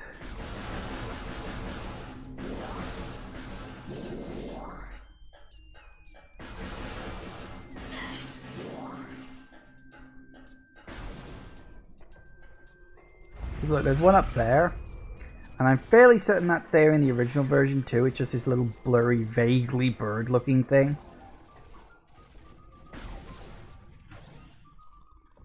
If you go back and look, I promise you it is there. At least I think it was. Vague memory of seeing them.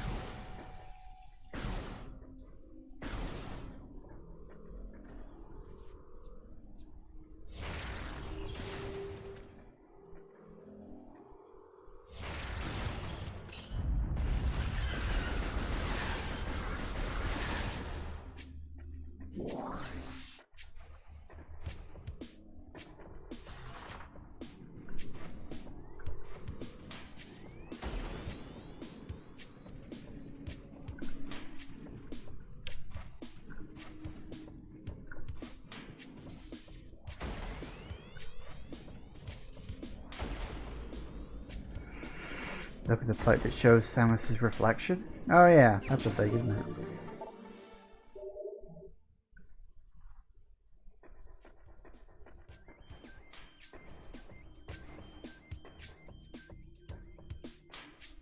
Oh, what?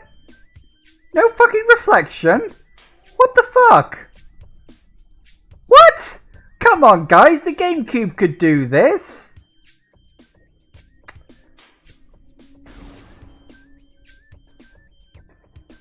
Well, that just fucking sucks. Just to mark it on the map. Boom. One of the few things that was removed. Gah. That's just wrong.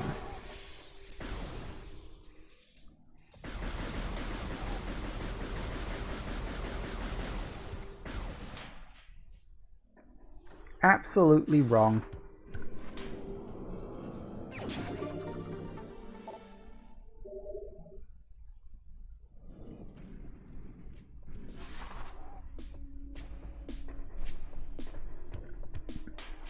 I am disappointed.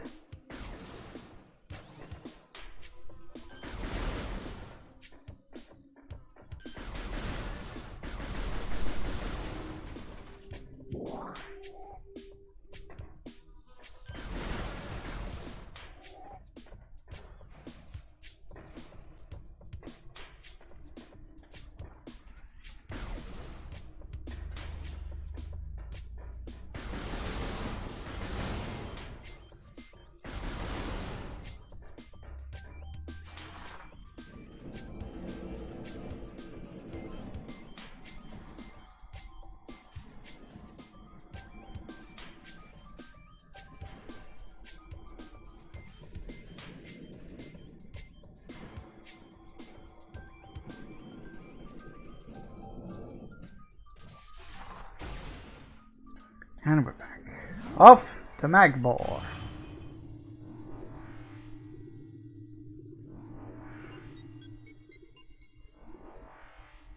The area voted to have the most annoying music in the entire game, which I think is an unfair thing.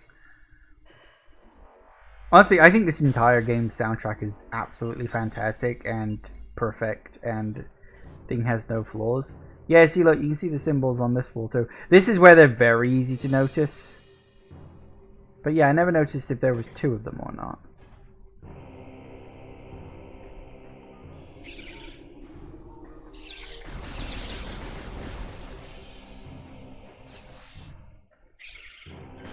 I think it was based on the thing that the music is just constantly knocking. Like, tap, tap, tap, tap, tap, all the time. Clearly not knowing at the time that it was obviously based on Super Metroid music. Because it's based on Lower Norfair from Super Metroid. In fact, it pretty much is just a Lower Norfair remix.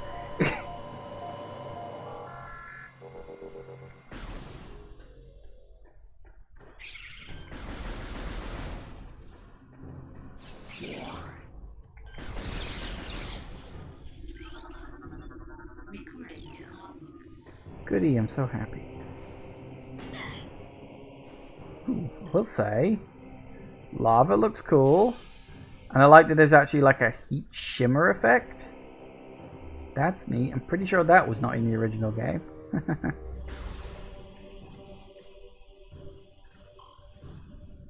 Wait until you see the phase on. Oh, I'm looking forward to it. Recording to logbook.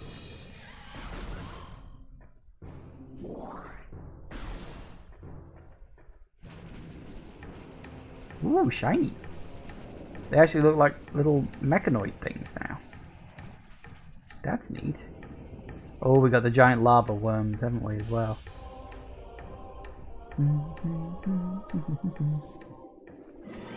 Whoa, you guys are big.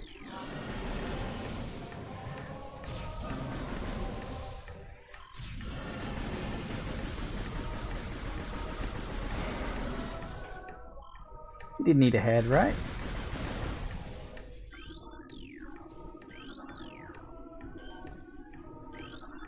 Recording to logbook. Nice. I could be wrong. I feel like the scan visors had a little bit of range added to it. It feels like I can zap things from much further away. I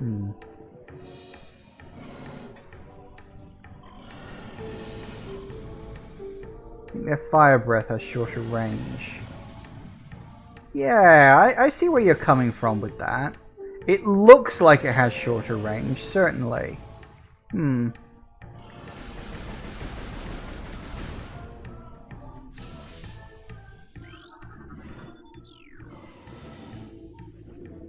This is the other room. No, I'm pretty sure it's that room.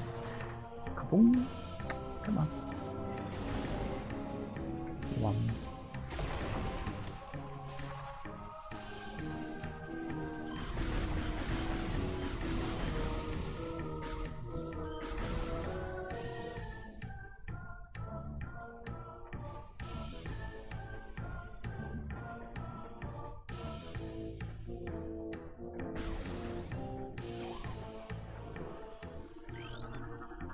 Recording to logbook.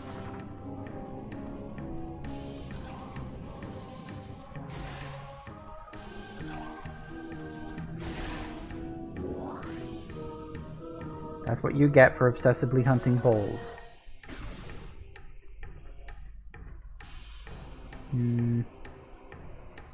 I like that. I kind of wish that the steam would like run down the screen as well, but that's probably asking a bit too much.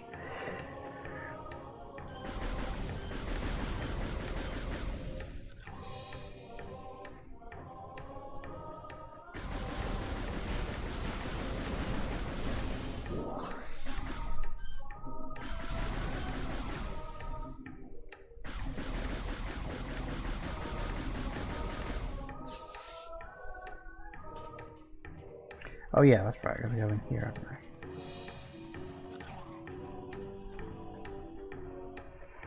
It does have an artifact with the pillars. I thought the pillar was scannable. You could like scan it and it would say, hey, we can, you know, you can blow this one up with a super missile. Because I thought that was how you found it. Or is it only scannable like after you've got the super missiles? It's probably only scannable after you've got the super missiles. That would make the most sense. I'm sure it is scannable.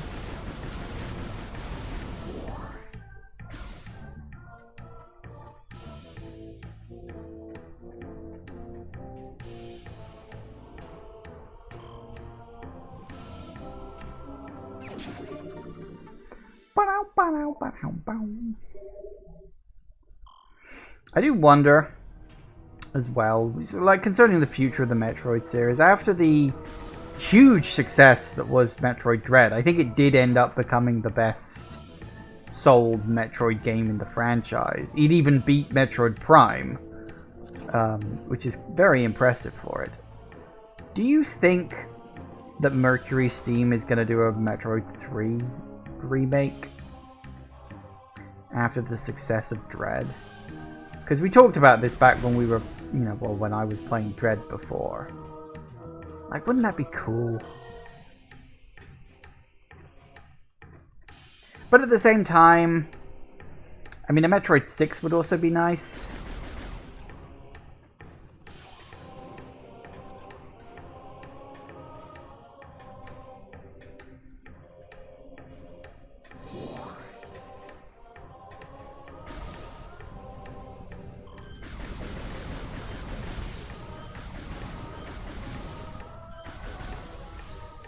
Or maybe they'll get to do that remake of Metroid 4 they originally pitched. Because that was how the remake of 2 came about. They originally pitched the idea of a Metroid 4 remake. And Nintendo were like, well, that's a fun idea. But how about you do 2 instead? Is it the same one as before? Yes, it is.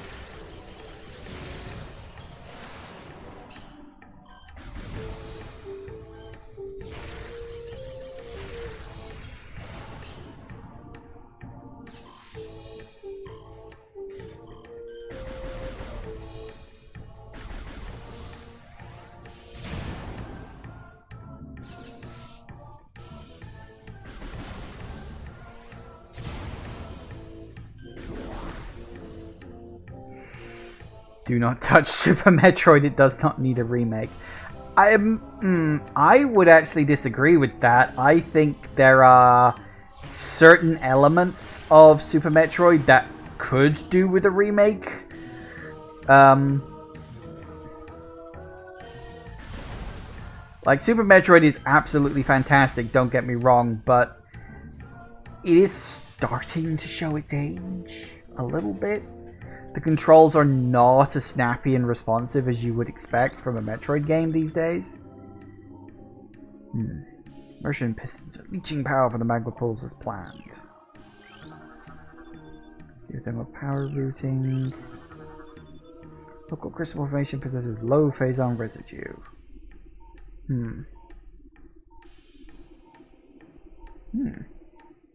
Groundheim. Grondheim. I don't think I ever remember that name.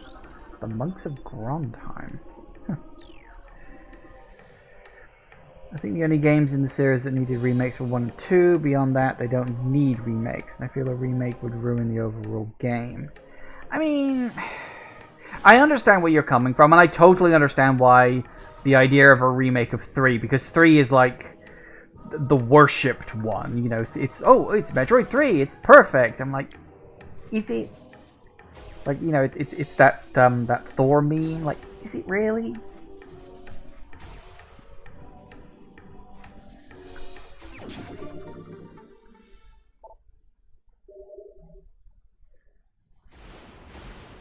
I do worry that, like, people love 3 too much sometimes. It's always something that worries me. Huh. Oh, okay, so that's how they're doing it. Right, so I was just looking around, because I noticed, oh, there's like a heat shimmer at the bottom of the screen, and then I realized, oh, it's literally at the bottom of the screen. Even if you're looking up, it's still the bottom of the screen. Okay, fair enough. I suppose you can only ever go so far. Off to Fendrana. Oh, the other beautiful place. I remember seeing this in the trailer and I was like, fuck, that looks good!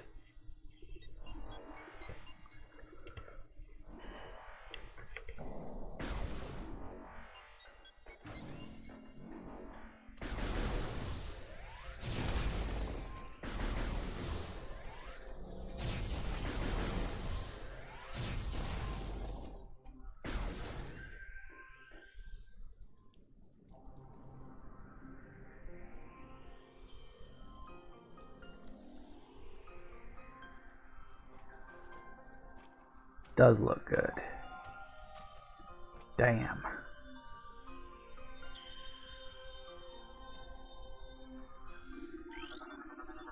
Recording to login.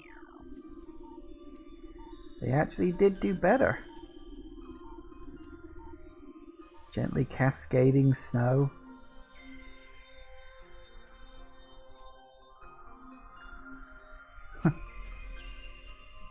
Lovely.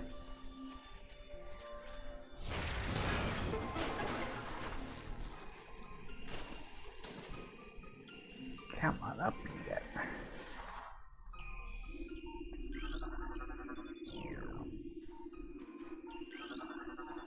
Recording to login.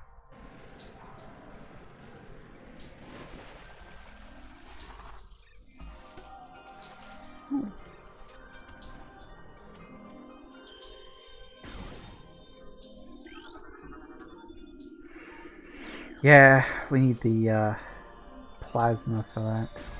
Which is quite a late game item. Please.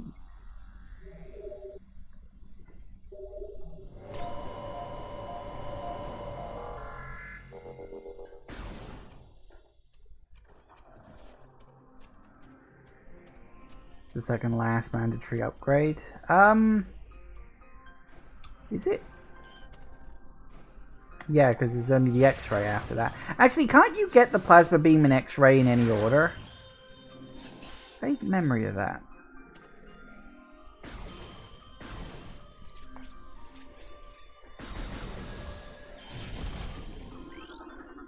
Recording to login. Ow. Ow. Ow! Got fucking stuck then. Okay, now this is... I wonder if they did the same thing. They probably did, actually, looking at it. This was a fact that I only found out when the creator of the game was on Twitter. And this was after I'd done my stream of Metroid Prime 1 last year, which I was very annoyed at. That static that you see pop up on the screen, which is almost certainly killing my bitrate right now, that is the game code. They couldn't quite work out how to get the a static filter on the screen.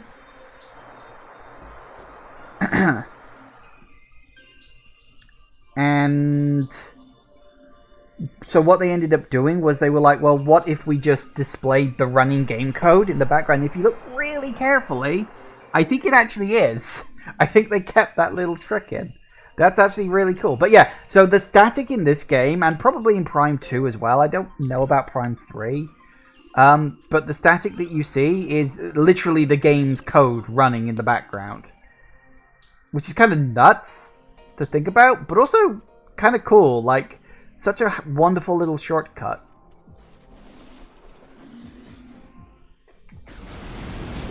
Ow. Yep, later guys. Not interested in fighting you. Ooh. Now you see, those things never used to move in the wind. That's a nice touch. It's the little things. Look carefully, can't see it on the stream. Okay. Yeah, it would, as I say, probably kill the bitrate. But if you look at it when you're playing your game, I mean, if you look really carefully, you can see that it actually is the game code. It's all a bunch of pixelated symbols and stuff.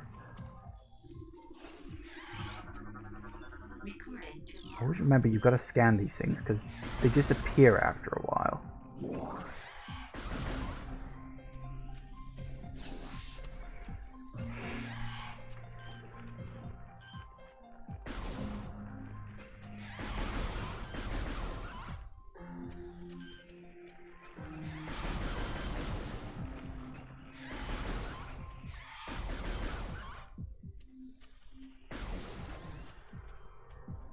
Damn, this looks good.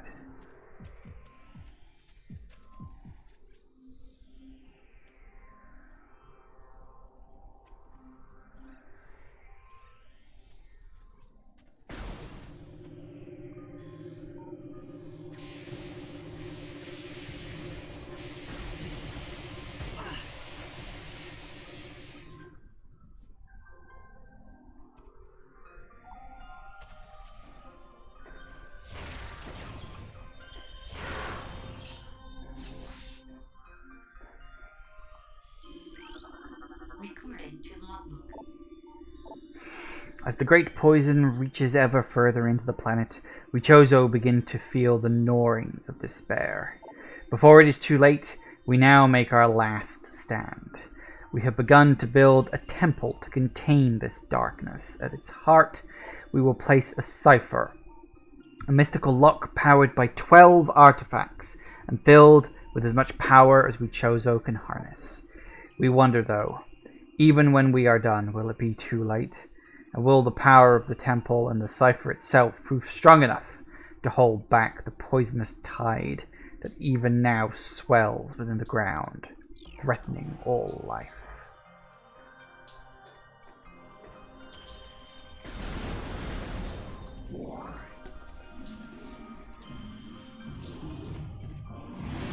Ow. Let me pass. Let me pass, please.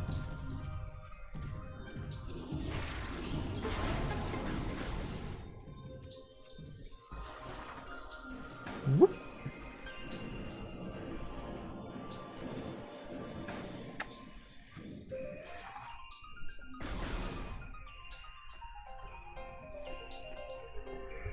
That's one of the 3 enemies off the top of your head that vanish after that part of the game. Yeah, there's a few enemies that just sort of disappear, and there's a few enemies that only show up once. I mean, like, boss enemies obviously only show up once because they're bosses. So they are in and of themselves unique. But there's a few enemies that, like, disappear after a certain point in the game.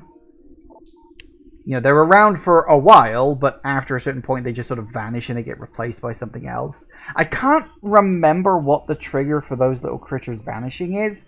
I think it's when you get the the thermal visor, sorry. So many creatures suffer beneath the blight upon the land. We Chozo are no exception. But for all our pain, we can at least believe in the promise of the future. We have come to believe that a time may never come when we can once again open the door and banish the darkness we've contained. Even so, our vigilance will forever remain. We believe that on some far-off day a savior will come and continue what we have begun. For that savior, we will leave our ancient weapons and armor. The soul who can gather them will be the entrusted one, the only being who can reverse the evil that grows here. Ice Burrower, Ice Screech Chat, and the Aquadrone. Yeah, you're probably right. If it was years ago, I probably could have told you exactly what it was, but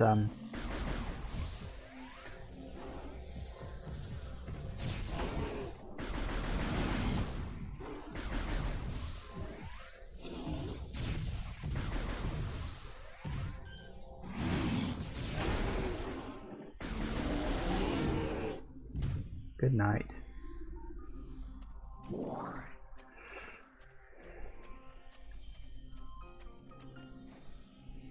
Damn. Vanished.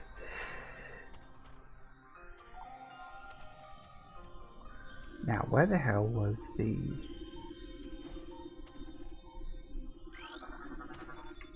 I knew it was around here somewhere.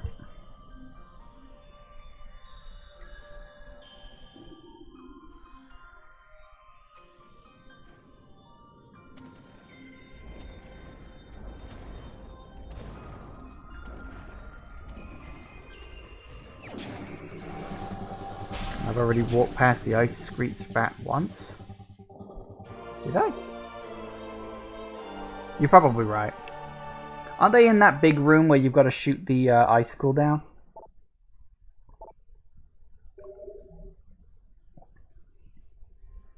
Oh god, I didn't realize what the time was.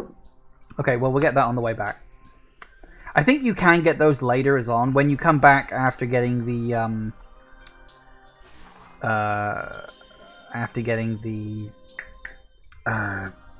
wave beam. And, you know, after you get the high jump boots and you get the wave beam, then you go back in that room. I'm pretty sure they're still there. As I said, I think it's getting the thermal visor that triggers the change, because then all the security devices from the pirates start showing up.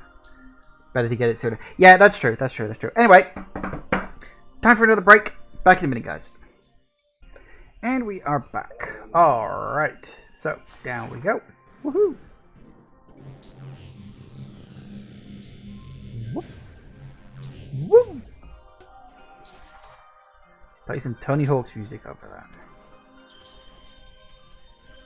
Wow.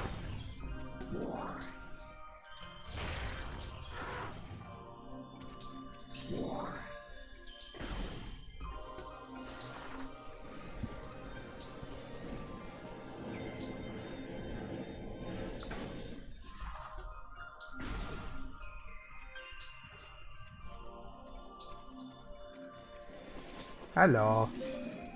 Goodbye. Now, where the hell are these bats?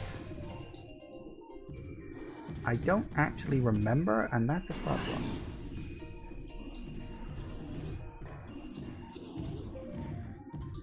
You sure they're here?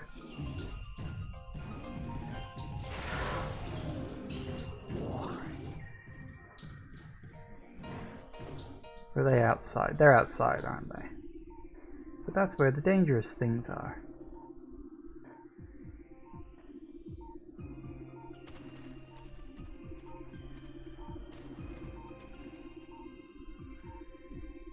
Sworn they were around here somewhere.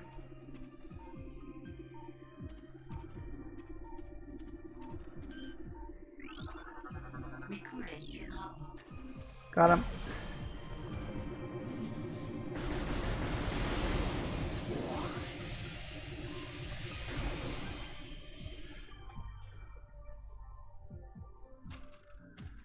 I think we weren't going to get the cutscene then. I was like, wait, what? Ooh, sound effects. Oh my god, and his character model actually moves a bit.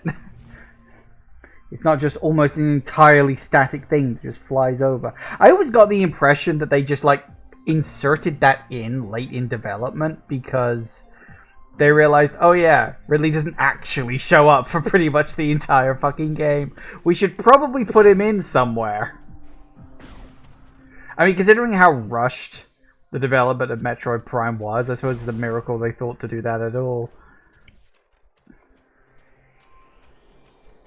And I guess, in a way, it's supposed to, like, clue you in to, like, hey, you need to go back now. Back to Magmore.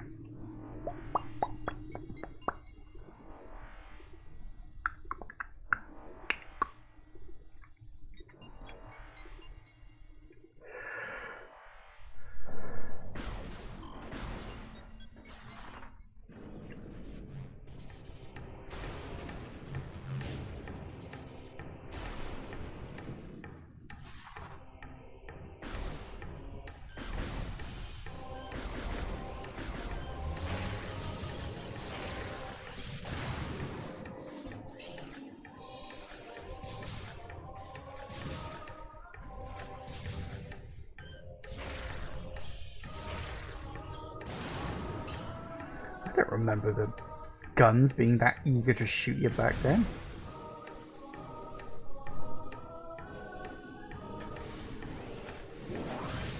These ones, yes. Not the other ones.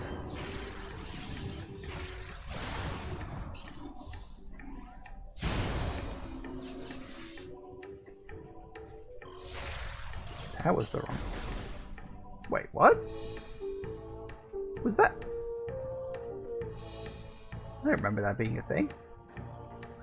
You can't open a regular door with a missile? Was that always a thing?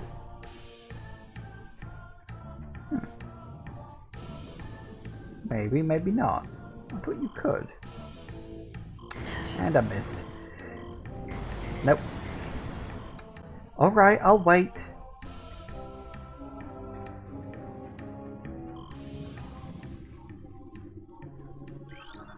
Oh yeah, grapple points. Won't be able to use those for a while.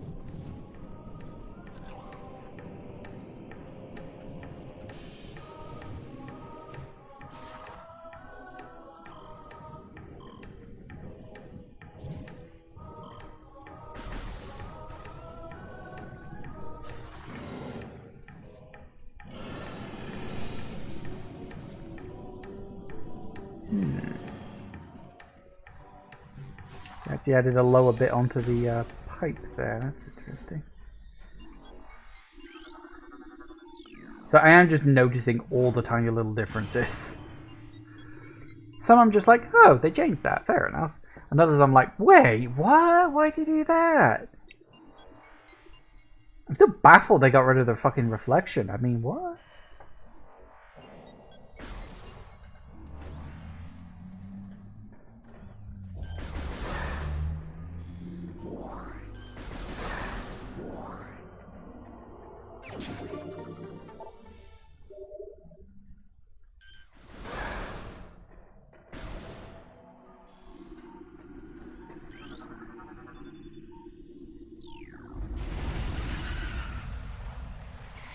I'm also fairly certain they've increased the numbers of these guys that pop up. And that might just be, the Switch can just handle more enemies on screen at a time. Which is possible. I don't think they've upped it by much. I think they've added maybe 1 or 2.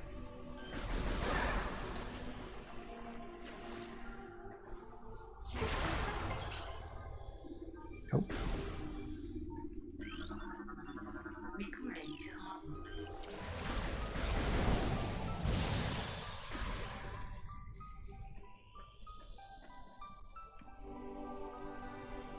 It takes ages to fade away.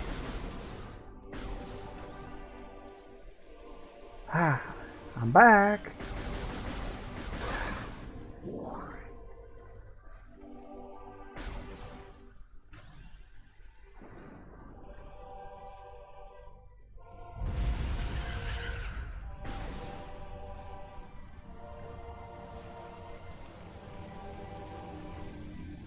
Actually, why am I doing this now? I should really be doing this later. I've gone the wrong way. Oh well, never mind. Nice, nice, nice, nice.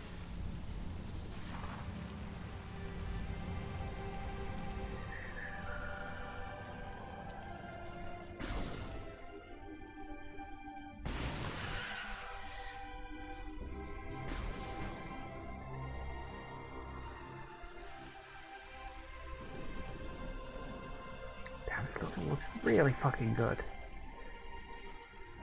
Constantly wet ground because of the rain.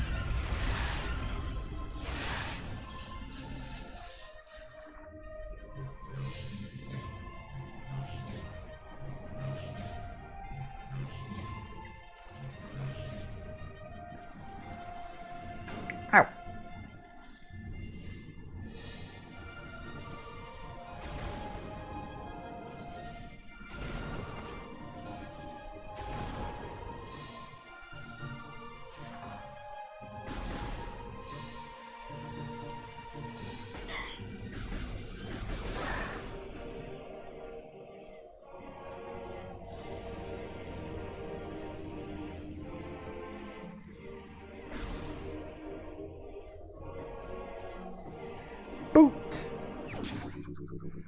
Jumpy jump boot.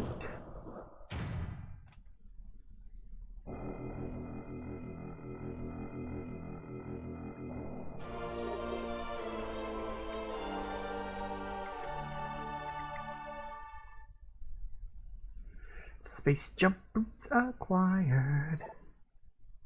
Yeah. I know how space jump boots work. It's like that, isn't it?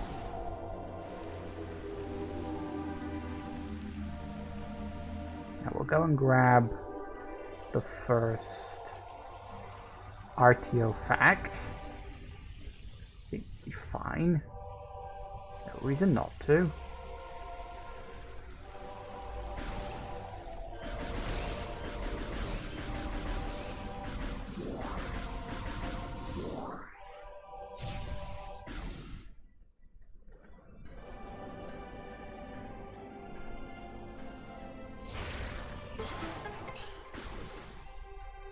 Now, are we going to have to sit here and wait for 10 minutes while the door opens up? No, just a few seconds. Still say that looks kind of like Samus's visor, but whatever.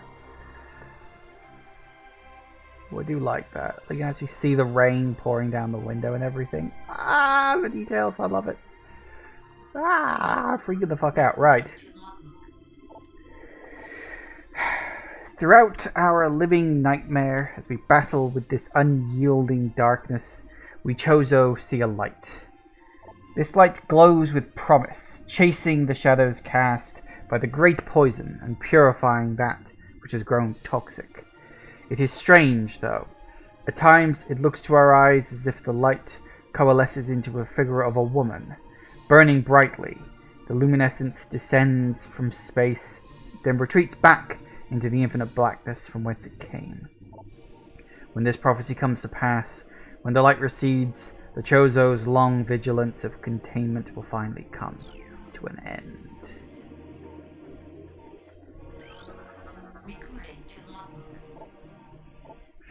The containment of the great poison. This task has fallen to the Chozo, and we will not flee from our duty, even as we suffer with the land and its creatures. We will pour our will into the 12, the artifacts which form the lock that holds this great evil at bay in the depths of the planet. This lock must stand up to all who might come to assault it, to preserve the power of the seal and to protect it from those who would meddle for their own designs. We will spread the artifacts across the land, hiding them from prying eyes. The lock must never open until the day comes when the disaster can finally be put right.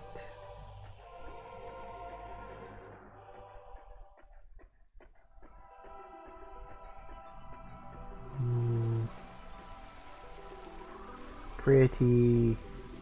I remember. Oh God, how long ago was it now? It was years and years and years ago now. It must be like well over a decade ago. I literally just remembered. I saw someone planning to remake Metroid Prime in the Crisis engine. Honestly, this looks better.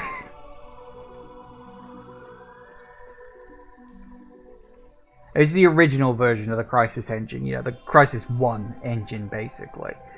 And the Crisis engine is very good for, like, details and stuff like that. But yeah, so I literally just remembered it because this was the room they'd worked on. And it was all it was. It was kind of like a proof of concept. Ooh, what would it look like if? But this was the room they worked on. It was the temple. I literally, God, I'd forgotten about that. It's probably on a dead blog at this point. So much long history forgotten. Chozo artifact acquired. Artifact of truth. There it is. Lovely.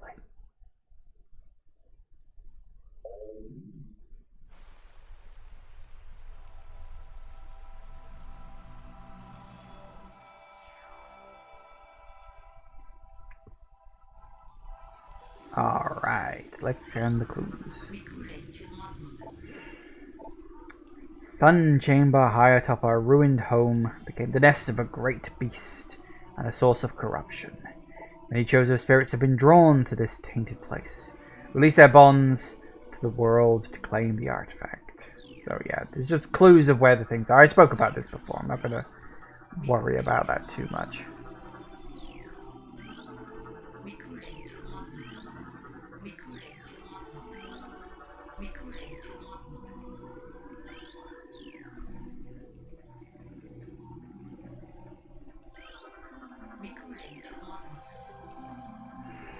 This is one of the things I really do like. Some people complain about the artifact hunt, and I can understand people perhaps don't like how it's paced, because like I think like 10 of the artifacts can't even be gotten until you've got all of the major upgrades of the game, you know?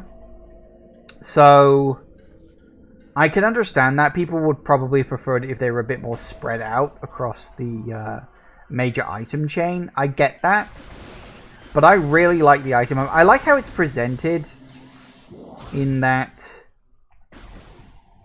it's like you know, you have to actually work it out, and you get your clues based on the actual area of, you know, the name of each area as you're going around, which again, I really like that idea.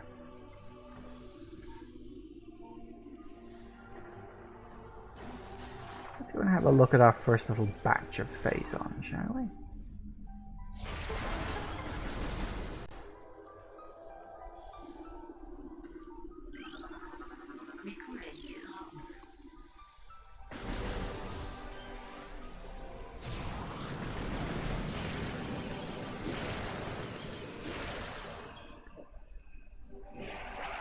Get wrecked. Uh-huh. Didn't even drop anything. How rude. Whoa.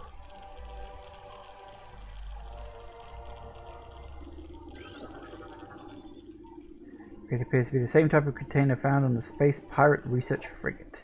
The material seeping out from the ruptured metal is highly toxic. Analysis indicates this may be the Phazon compound the space pirates were using in their biological experiments.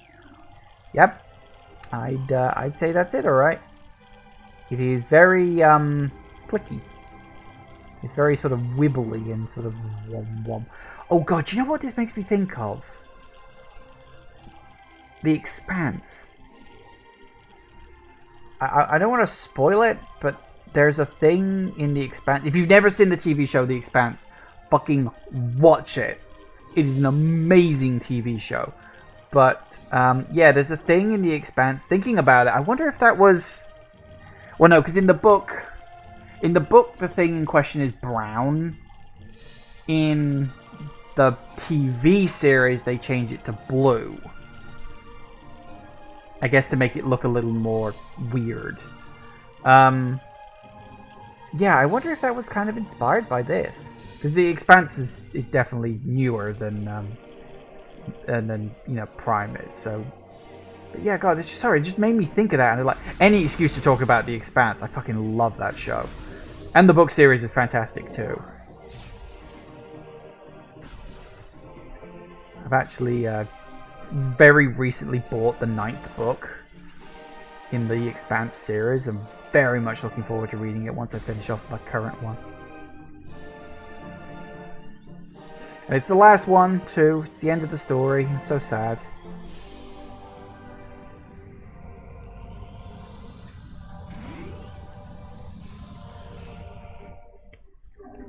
Save.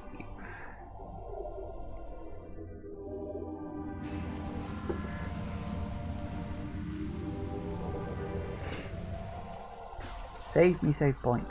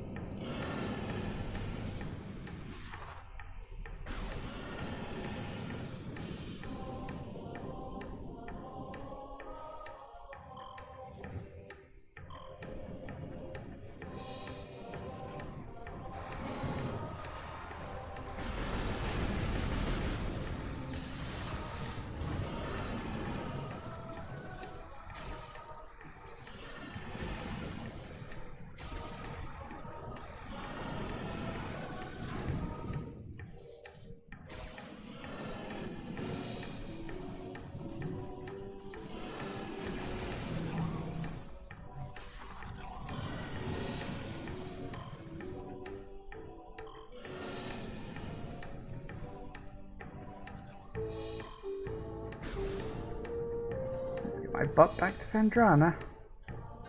We'll be dealing with you later, I think. Quite like this. You didn't get that in the original. A little cracked.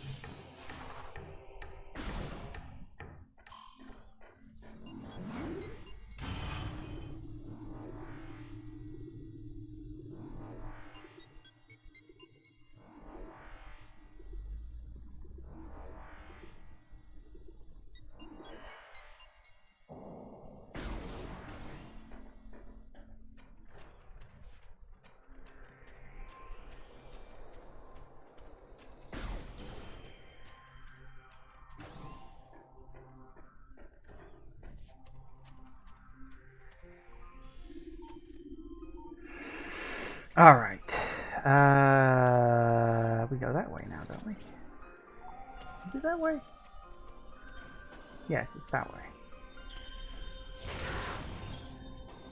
Why does my brain not want to work properly sometimes? Actually, it's because I'm tired. I was shopping for like an hour and a half earlier. Why is it shopping that tires people out? It's just shopping. Walking around picking things up. Why is that tiring?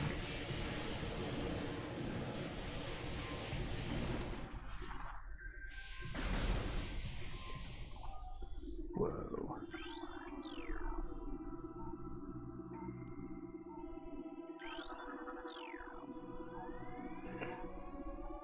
Recording to logbook. Ice powder site. Lovely.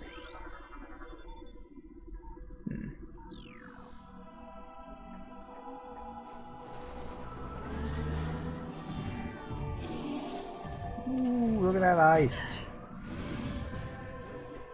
Wow, it is legitimately actually see-through. That is so cool. Look at that. Ah, that looks so good. Look at ice. I mean, I'm sure most people in America are sick and fed up of seeing ice at the moment, but look at that ice.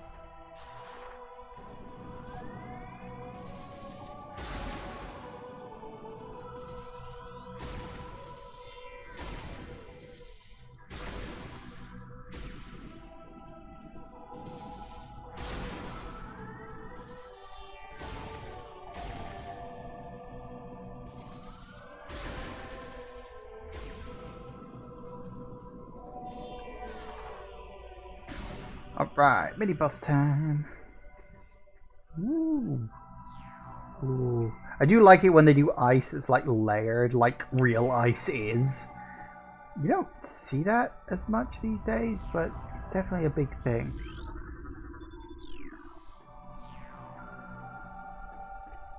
We'll wave bye to the wave beam.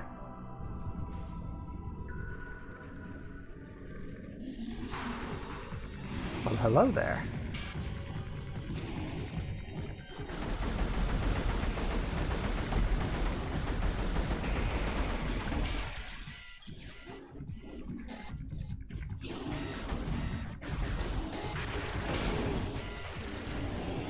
Oh, now that's a neat touch. Does... Ooh, hello. Does the shell on their back actually, like... Oh, it does! It actually cracks more as it takes damage. Ooh, oh. Wow, that is really cool attention to detail.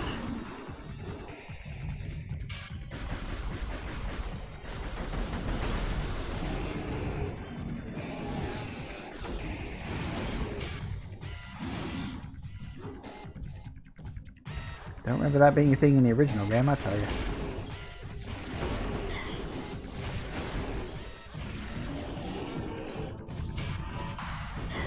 Ow.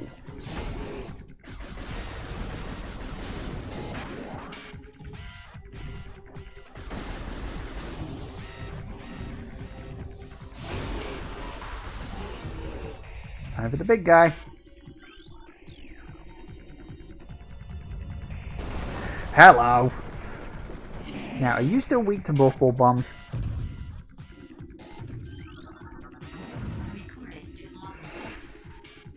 Supreme Predator of the Fendrana drifts, vulnerable to most beam weapons, crystals in the back absorb energy, which they can fire at prey. They have poor stamina. They hyperventilate after using their breath attack, making their mouth areas vulnerable. Soft on the belly, susceptible to concussive blasts. In battle, they expel blasts of rigid gas instead of their targets.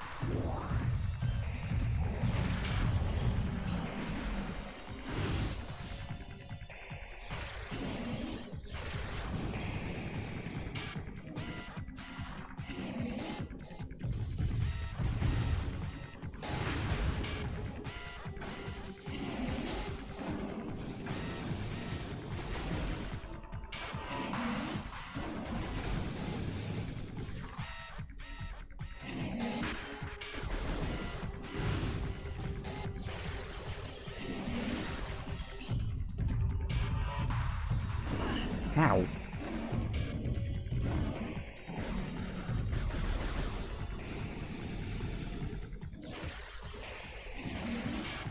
Yeah, so it's you either use bombs or you just attack it after it's done an attack on you. I feel like the range on his ice attack is less too now as well. Sure, that was a downside more persistent when I remember it.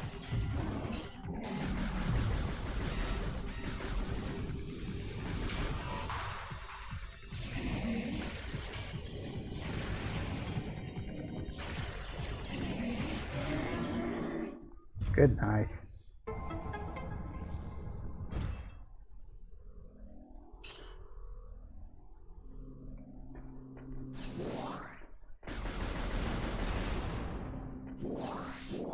Now, one little detail I did notice, didn't really point it out, but might as well notice it now, is your health bar. It's actually got tiny little X's. It's probably hard to see there, but if I go up against something a little darker, it's got tiny little X's where all of the upgrades you can get fit in, which is, I don't know, it's an interesting decision to add. Just a random thing, just like, I know like the amount of energy tanks you get is pretty obvious based on the size of your health bar and all that, but that's a weird detail to add. It's not a problem, but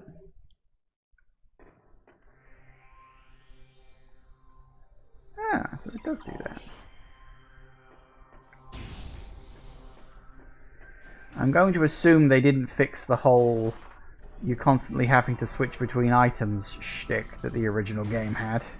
Items between beams.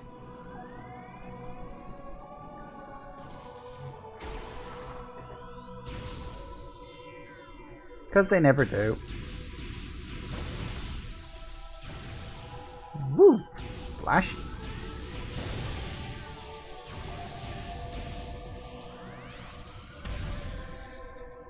Nice. I think I approve. Ooh. Snazzy effects.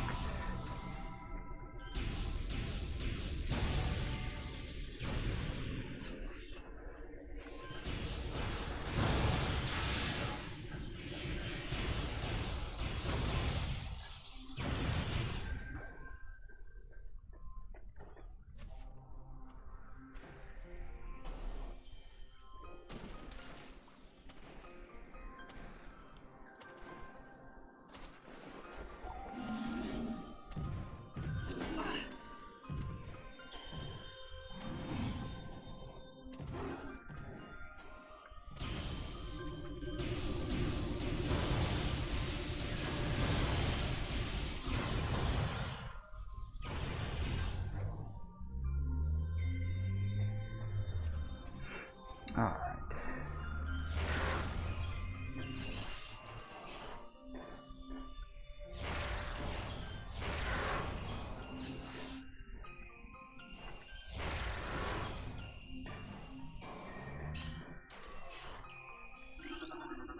Recording to logbook. One of those things that sometimes people forget they need to scan because it's not an obvious scan.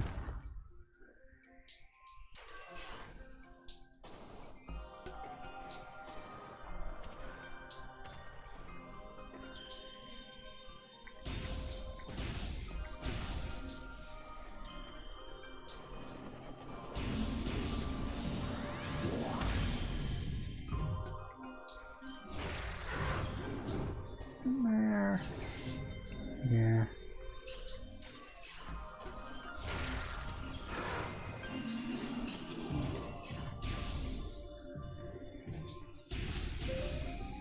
Is this a new one? No. No, they are the same. They just look different. There was a bluer. I do wonder if they are a different variant, but just considered the same creature. No, I wasn't sure on that. Ah, yes, this room.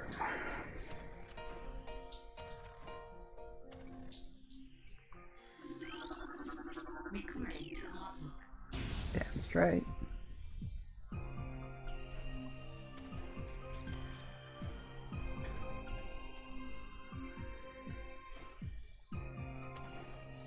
Alright.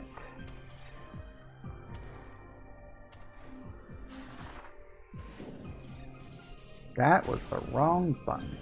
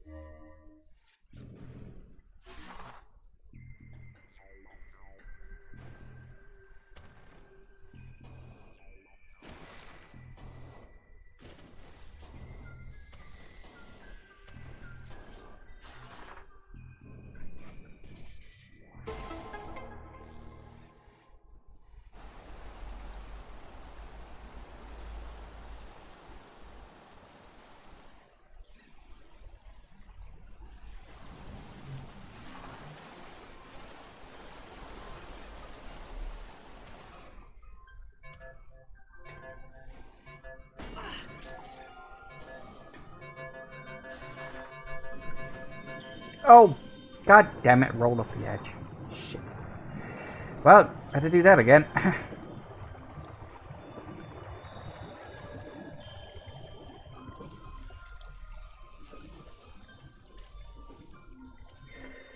Wolf ball be rolling.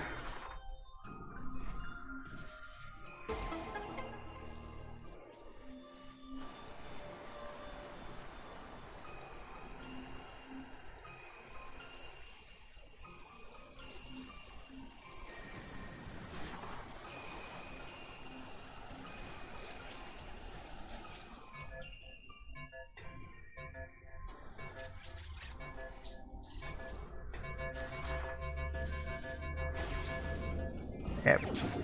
Really wanted that energy tank. Bloody well need it. Woo!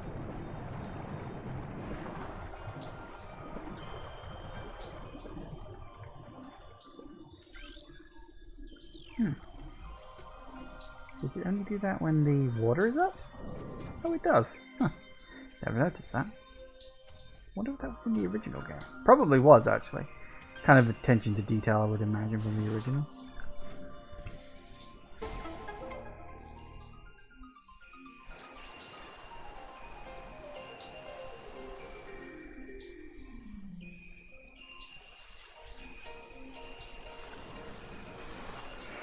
Alright, now we can actually move forward.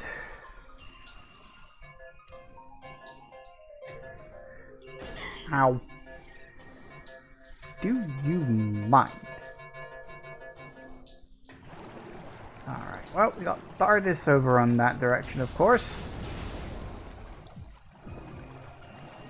And we should have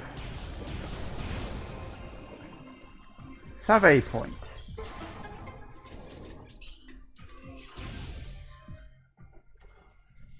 Yep.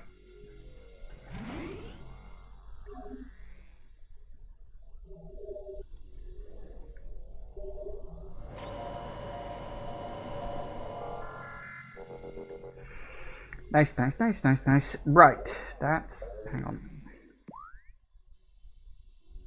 Now, we know that next area we're going to is over in that direction. I can't go there yet. Does Andromeda even have a map station? I think it does, but I don't think you find it until much later. And, so, I'm trying to think, like, the next save point is after getting the super missiles. Can I get there in 10 minutes? Maybe, but I think I'd be pushing my luck and I'd be kind of rushing. I don't really want to rush through the game. I really want to relax and enjoy myself. So, slightly a little bit early, but I think we'll call it here for today. You know, when I first sat down to play this, I was originally thinking, I'll just do a one-off. You know, we'll just have a quick little one-off, a little look-see at the remaster, and then, God, look, even the bloody clouds moved. They didn't do that in the original. They didn't need to. But yeah, I don't think I can. I want to keep playing this, and I think I want to keep streaming it. So yeah, I guess I'm shoehorning this into my schedule as well, kind of like I did with the Dead Space remake. So apparently, it's just all the remakes and remasters are just barging their way into my otherwise originally planned schedule. So whatever the hell it was I had originally planned for today ain't happening, and I'm going to be playing Metroid for 2, 3, 4, however many sessions is needed. I think that would be fun. Just generally, I think playing through Prime but a remaster would be fun. And who knows, maybe we'll get a Prime 2 and 3 remaster. Maybe we won't. Here's the thing, if we don't get one, I won't be too disappointed. Well, I'll be kind of disappointed. Because, I mean, if they've gone through all the trouble to make this remaster, they should really do 2 and 3 before Prime 4 comes out, because that would really set the stage for Prime 4. Like, you know, if you imagine that we get Prime 2 in a few months' time, and then we get Prime 3 a few months after that, and then, you know, either at the end of this year or the start of next year, we get Prime 4's release. And so it's like, you know, the trilogy remaster to bring those up to spec with what Prime 4 is going to eventually be. I think that would work quite well. It'd be fucking expensive. But, I mean, this wasn't a full game price. This wasn't like a 70 quid deal. This was only 40 quid. Which, it's still fucking expensive, but cheaper than otherwise expected. So, I guess we'll sort of have to play that one by ear. We'll see. I will keep my ear to the ground about the remasters, because, I mean, I watch a lot of Nintendo stuff anyway, so, you know. It is going to be a thing of... I will be watching directs and stuff to see how we get on with that. But I don't know. We'll see. But obviously, if we do get remasters, I will play those later on in the year. But I think for now, yeah, I want to play more of this, and I think I want to play it here on stream. I could play it in my own time. Don't get me wrong. I'd love to, but I think I can put it in my schedule. Thank you all for watching, everybody. I do hope you have enjoyed this. Please remember to like, comment, and subscribe, and I will see you in the next video. Bye-bye.